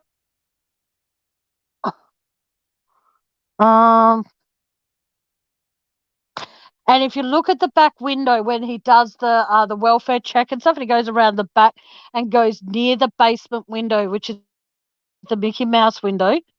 I'll ask you this, Dave, if you're still in here. If not, I'll ask the rest of chat. Well, I will ask all the rest of chat. Well, I'm asking you. If you look at where the shovels were at the Mickey Mouse window, they're not placed up against each other, like next to each other. There is an X, like X marks the spot of where you will have to, which window will be unlocked for you to gain entry into the house. And I do believe that's why that was like that, because when you go to the grave side of where Shanann was, wasn't the sticks in an X marks the spot as well? So I found that very, interesting. And this might be a question that, believe it or not, Dave might actually. Sorry, I don't know why I just did all that, but yeah. Anyway, I'm going to say this, and like I said, if Dave's listening, he's going to absolutely probably have a few curse words under his breath when I ask this, but I'll ask it anyway. Why do we all think that dumbass Dork, D.A. Rourke, fucking hell, got so many nicknames for people in this case that I lose track of who they are. Why do we all think that he was so fixated? And people have said different things, and I appreciate every single person's opinions in all of these things I'm asking. Apart from the fact there was an election coming up, why was dumbass Dork so fixated on Chris? Why didn't he initiate any person that was going to be interviewed more than once to be fingerprinted? Okay, you have this plastic bag that turned up out of nowhere with 4 sets of fingerprints that did not match Shanann or Chris. And not once, not twice, not 3 times. You interview about half a dozen up to 15, 20 people, all right, and not one single person out of those people, outside of Chris, do you take fingerprints from. Now, I'm not saying that Chris's family had anything to do with it. I will never, ever, ever say that. But why weren't they fingerprinted considering they were questioned? Why weren't Shanann's parents fingerprinted? Because they were questioned. Why wasn't N.A. and her son fingerprinted? Because they were questioned. Why wasn't N.K. fingerprinted? She was questioned more than once. All these people that were not... Oh, my X theory is that X marks the spot where you have to go through the window. So in other words, Chris goes, oh, I'll put a cross at the window you have to come through to get the girls and out. And when you look at the footage of when they do the home welfare check,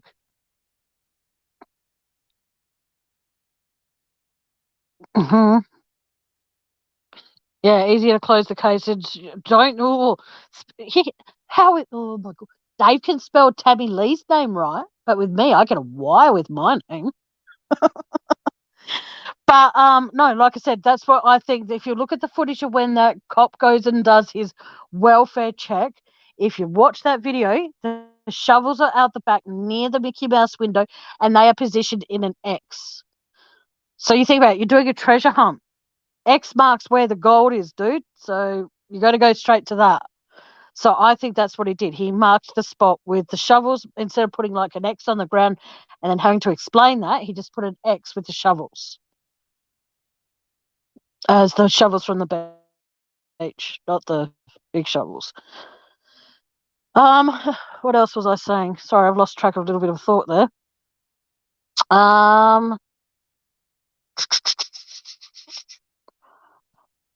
Why was D.A. Rourke so focused on him? And I believe the reason that D.A. Rourke was so focused on Chris,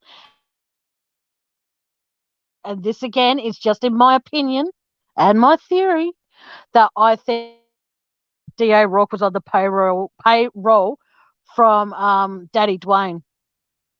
And Daddy Dwayne was the puppeteer, and Rourke was the puppet to basically find Chris and find him and arrest him and charge him.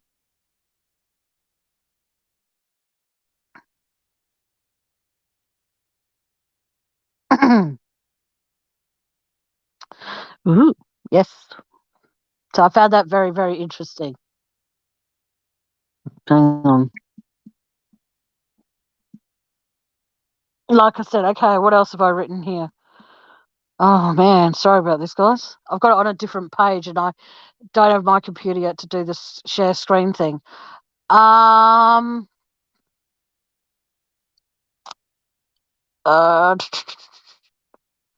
Okay.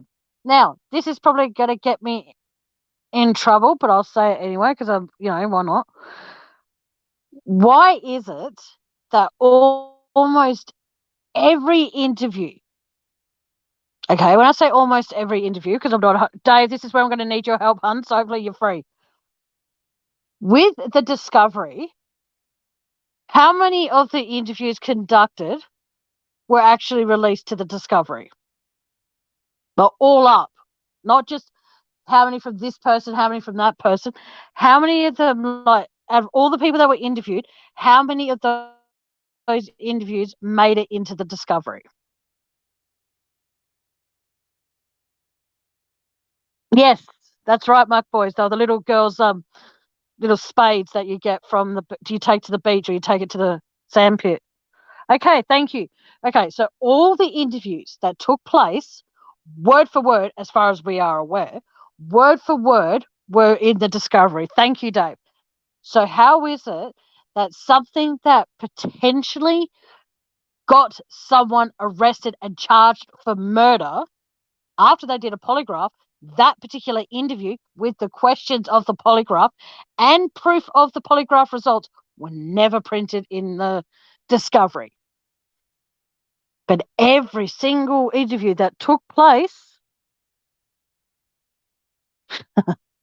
because every single interview that we knew about was actually like word for word documented, printed, put in the discovery. But when it came to Chris's lie detector or his polygraph, sorry, got to make sure I get the name right. His lie detector polygraph test was conducted. None of that was released. Because you can't tell me that until, okay, now you can tell me, I guess. Am I the only one that thinks that if until I see those? Yeah, well, I think that's they should be people should be asking, why are you redacting so much from the digital discovery? Are they allowed? I don't think that you should be allowed to do that. But I guess that's just me being the typical fucktard that I can be. All right, next lot of things that I found very interesting. Give me one sec. Okay, like I said before, there were, okay, Dave, another question for you, Dale. Sorry. How many people were interviewed? I'm going to go with 8 for now. But Dave, or Matt, oh, hang on, or Matt boys, anyone, sorry, how many people were actually interviewed in this case? I would actually like to. That's exactly right, Matt Willis. Nothing about this makes any sense. You think that you're walking along quite happily, thinking it's a nice sunny day, and then suddenly you fall in a hole, and then before you know it, your surroundings have changed. You know what I mean? And you've got to look at things in a different perspective and realize that that's the way you got to look at it now. And then you walk along a bit further, then you fall down another hole, and then you're looking at everything. Everything looks the same, but it's not. Okay, thank you, Dave. Okay, so 25 to 30 people were interviewed in regards to this case. Now, I don't want to, I'm just going to say, I'm going to, Dave, you can correct me, which I'm sure you will. I'm not going to include Chris in those 25 to 30 people. Okay, I'm not including him. There were 25 to 30 other people that were potentially seen as suspects, but not a single one of them had a mouth swab taken. None of them had blood tests taken. None of them had their fingerprints taken. None of them were put on a lie detector test. So, in my personal opinion, like I said, I'm not including Chris in those 25 to 30 people. I'm not including him in that. So, my question, out of those potential 25 to 30 people, how many of them would have had more reason than Chris to annihilate a whole family? How many of them had access to Survey 319?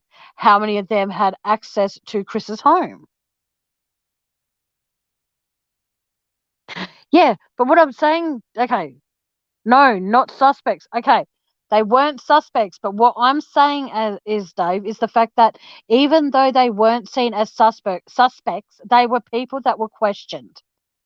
They should have been seen as suspects, considering that the fact that the moment Chris got out of his car that day when they did a welfare check, he was seen as a bit suspicious. Now, if they thought that he was looking a little bit odd, well, that's his normal look. But what I'm saying is, if you thought for a second that he was acting strange or he was acting odd, here's the thing. Why did you continue to go through that house, touching everything? Excuse me. Why would you continuously, if you, like I said, even for a split second, you thought that Chris was acting peculiar?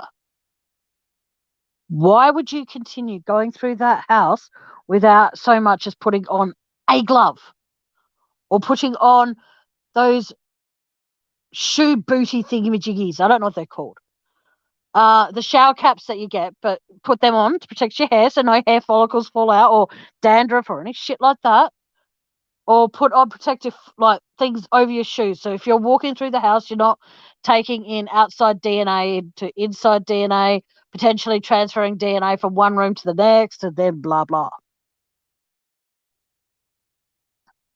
Hang on. But anyone who worked at Anadarko or knew of the crime scene at 7319 could gain access. There you go. Something new for all of you boys and girls. Thank you for helping me with this, Dave. I appreciate it, sweetie. You don't have to be on panel to do what you do. You're a good boy. But no, but like I said, yeah, so even if they were just questioned, and the ones I'm talking about were the ones that were here in the state of Colorado. Even hang on, yeah, I just read that. I'll just highlight that for people to read too. It comes down to that I don't understand how even if like Troy, NK, those two slippy sloppy people that live down the road that their daughter babysat for Chris on the Saturday night. I'm sorry, I don't remember their names, so I'll just call them Hogswoggles. Yeah, well, that's true. The gate could have been left unlocked by Victor, the weekend one. Yes, Sugar Beet, I agree. Couldn't agree more. Even though I came late to this case, and the person who has actually helped me want to continue thinking about this story. Oh, I see. I don't think Muck Boys is in here anymore because I think he's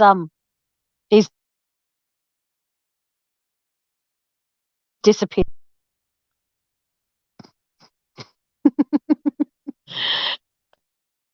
Okay, if he's still in here, then we're good. If he's not, sorry. If he is, cool. If he's not, okay. But like I said, there are just so many things that don't add up. Okay, I'll go back to my list because I'll get distracted otherwise reading chat, and you guys are pretty much talking amongst yourselves anyway.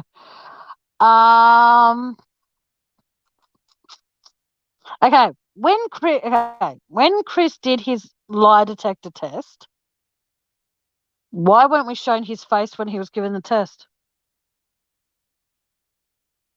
Let's go. Oh, even when he was being interrogated by Tammie Lee, why were we never shown his face?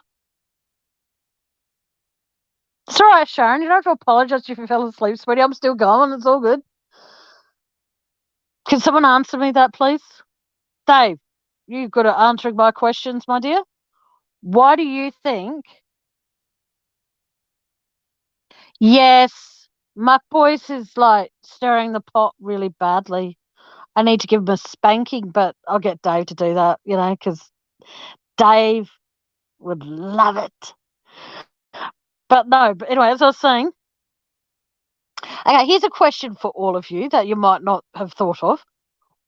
When Chris was in the room getting interviewed by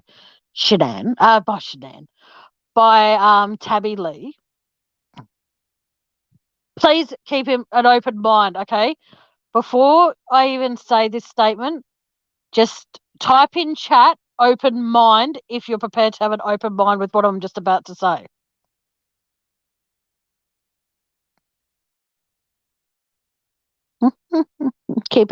Type open mind if you're prepared to have an open mind just for a few moments with me.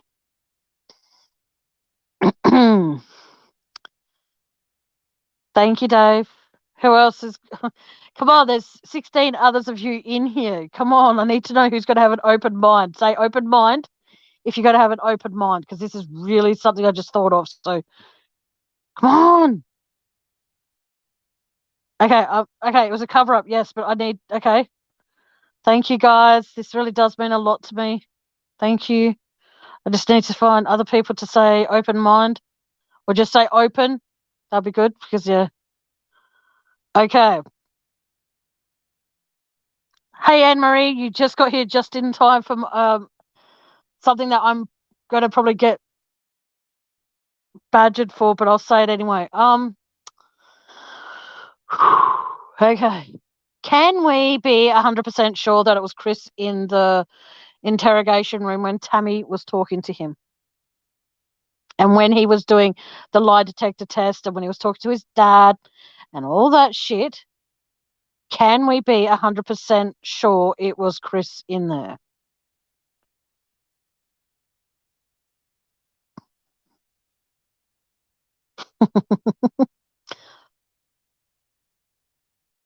But can we be 100% sure? Because don't forget, Dave, there's times when you look at the clock, it says this time, and then a few minutes later, you look back at the clock and it's like 20, 30 minutes have passed. So I have to ask, was it him in there? Because I don't think it was. Oh. But do you understand? Okay, people keep on saying it's CW, and I appreciate that, and thank you. But can you see why I would personally, as someone who tries to look at this case from all different angles and heights and lows and all that, can you see why I would come to that conclusion?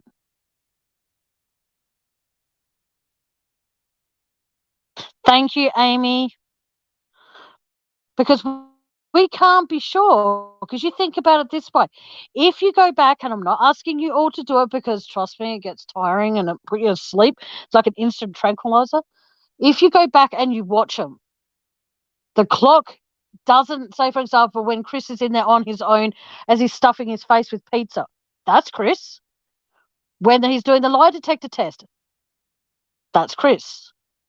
But throughout the rest of it, when he's being interviewed saying, no, I didn't do anything, because don't forget, if you are part of a cover up, you can make anyone look like anybody, sound like anybody. We have no proof it was him. Hello, Catherine. Welcome.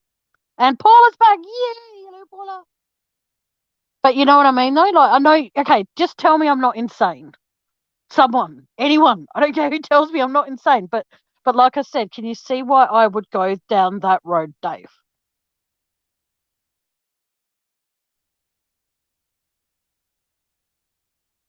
Oh, that's lovely. I love how people get along. It's great. But like I said, can you see why, Dave? Can you see why I would come across that conclusion? Because don't forget, there are many, many, many, and I know you don't want to hear this, David. It's not trying to do anything. How many people out there thought Elvis Presley was still alive? Because, okay, yes, when he walked in, we saw his face. Yes. But until he was arrested, okay, that's fine, Dave. Until he was arrested and he had his back to the camera, we did not see that it was him. Usually, yes, usually the person is in facing front of a camera. Exactly, Paula. That's what I'm saying. We saw him walk in. Okay, that's a given. I'm not denying that. But I'm saying as the time went on and he had his back to the camera, which should never have taken place to start with, it is very, very difficult to convince me that that was Chris. Because I don't believe it was. Throughout the interview, I don't believe it was Chris. When he walked in, yes. When he ate the pizza, because yes.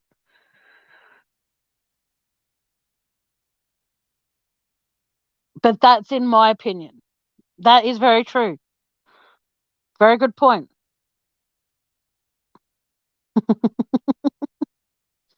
I just find it odd how he was, how his back was to the camera the whole time, and they allowed that to continue. Oh no, at that time that was Chris.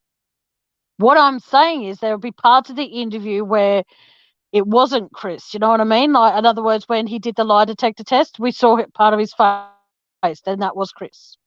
But when he was being interrogated up until that point, and first walked in, did the lie detector test, hugged his dad. That was all Chris. But all that stuff in between wasn't Chris.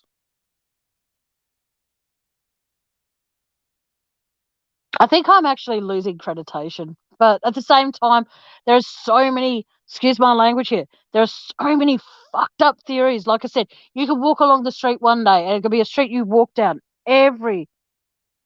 Matt, don't be a smartass. What I'm saying is you could walk down the same street every single day for your whole life. But then one day you could be walking down that street and you could fall down a hole. And then that hole you fall down, not enough iron, Dave.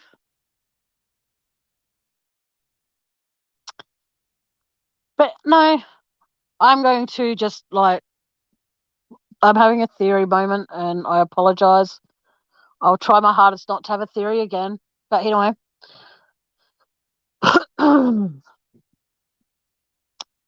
Yes. So I'll just like leave that one all alone now, I think, because I was under the impression that I could actually more or less have an opinion, and I just put one out there and it's been like more or less mocked. And yeah. All right, when are you live next, Dave? I'll try and tune in. But I'm going to actually head off too, because I've been I don't know how to put it, how I'm feeling at the moment. I just feel a little bit hurt at the moment because it's just having a theory and having it like, I don't know, actually no, I'm not going to let that beat me. I think it might have just been like someone from the what do you call it, the FBI that just stood in for Chris, and the reason that Chris was able to fail the polygraph is because the person who actually stood, and that's why they got the conviction that they did. Because if you watch the clock, if you watch the clock in the room where they're interviewing Chris, the times don't all add up. Like, you'll see them talking to him and they'll be talking away, and then before you know it, like the clock, it says the interview goes for 3 hours, but yet the clock time it starts to the time it finishes indicates that the interview went for 6 hours. Thank you, Paula. Nah, don't be sorry, guys. I probably just overreacted like a dickhead. So, sorry, Dave, but yeah. No, because I'm just, yeah, I know you did, David. I appreciate it, doll. I suppose everything's just like for the last week when things been happening and stuff, and then that happened. It's just like, Urgh. So I apologize for overreacting. Yeah, exactly. The only reason I'm saying that is because of the fact that you know, they didn't show his face when they were interviewing him. When he did the lie detector tests and stuff like that, and then that whole interview with Tammie Lee and all that sort of shit, they didn't show his face. They allowed him to have his back to the camera. So yeah. Thanks, Van. But like I said, and take care of yourself, sweetie. Hey, TH, how you going, sweetie?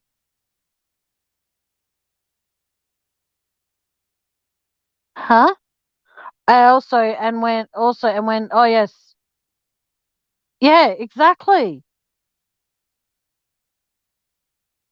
It's all good. Relax, Dave. It's okay. I took it out of context. It's all good. Relax, chillax, have a drink, have a smoke, put your feet up, and relax, bro. I think I'm just not used to being able to really, take. I still take things to heart. I'm a fucking idiot, and I'm sorry. But like I said, when you wrote what's in the water, I don't know. I drink bottled water because tap water makes me actually quite sick, which is weird. But anyway, moving on from that. If they had shown where Chris was facing the camera and they were talking to him, then I wouldn't have had that theory. But I just find it very, very, very odd. Have fun doing mummy duties, Van. Love you heaps, honey. Yeah. I just don't understand any of it. None of it really Oh my God, I'll be going for 3.5 hours, guys. And I've got to start getting ready because I'm getting taken out for dinner tonight by a friend of mine. So that would be nice.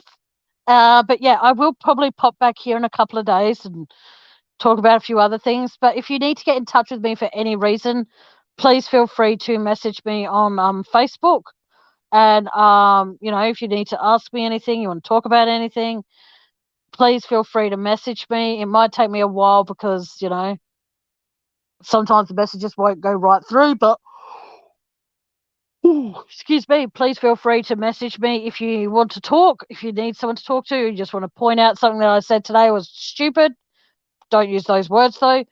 But yes, I will go as of now, and I need to get myself organized for my dinner tonight. And I will talk to some of you, if not all of you, later. But like I said, if you need me, message me. If you need any information about what I've been talking about and why I've come up with these, please, please feel free to message me, and I will give you whatever information I have and whatever I'm going to be discussing. 9/11 is due to be a case that is going to be discussed a little bit later, not as in a little bit later today, I mean in a couple of weeks' time. I'll continue what I'm doing, and I hope that you all stay safe, stay healthy, and remember, anytime I'm live and you want to talk because you want other people's opinions, that's more than fine with me. I'm happy to talk about whatever you want, as long as be prepared for the fact that there might be a time where I wish to change the subject because it might be a trigger for some people in chat, or it might in fact be a trigger for me. And if that is the case, I apologize completely for that. But until next time, bye.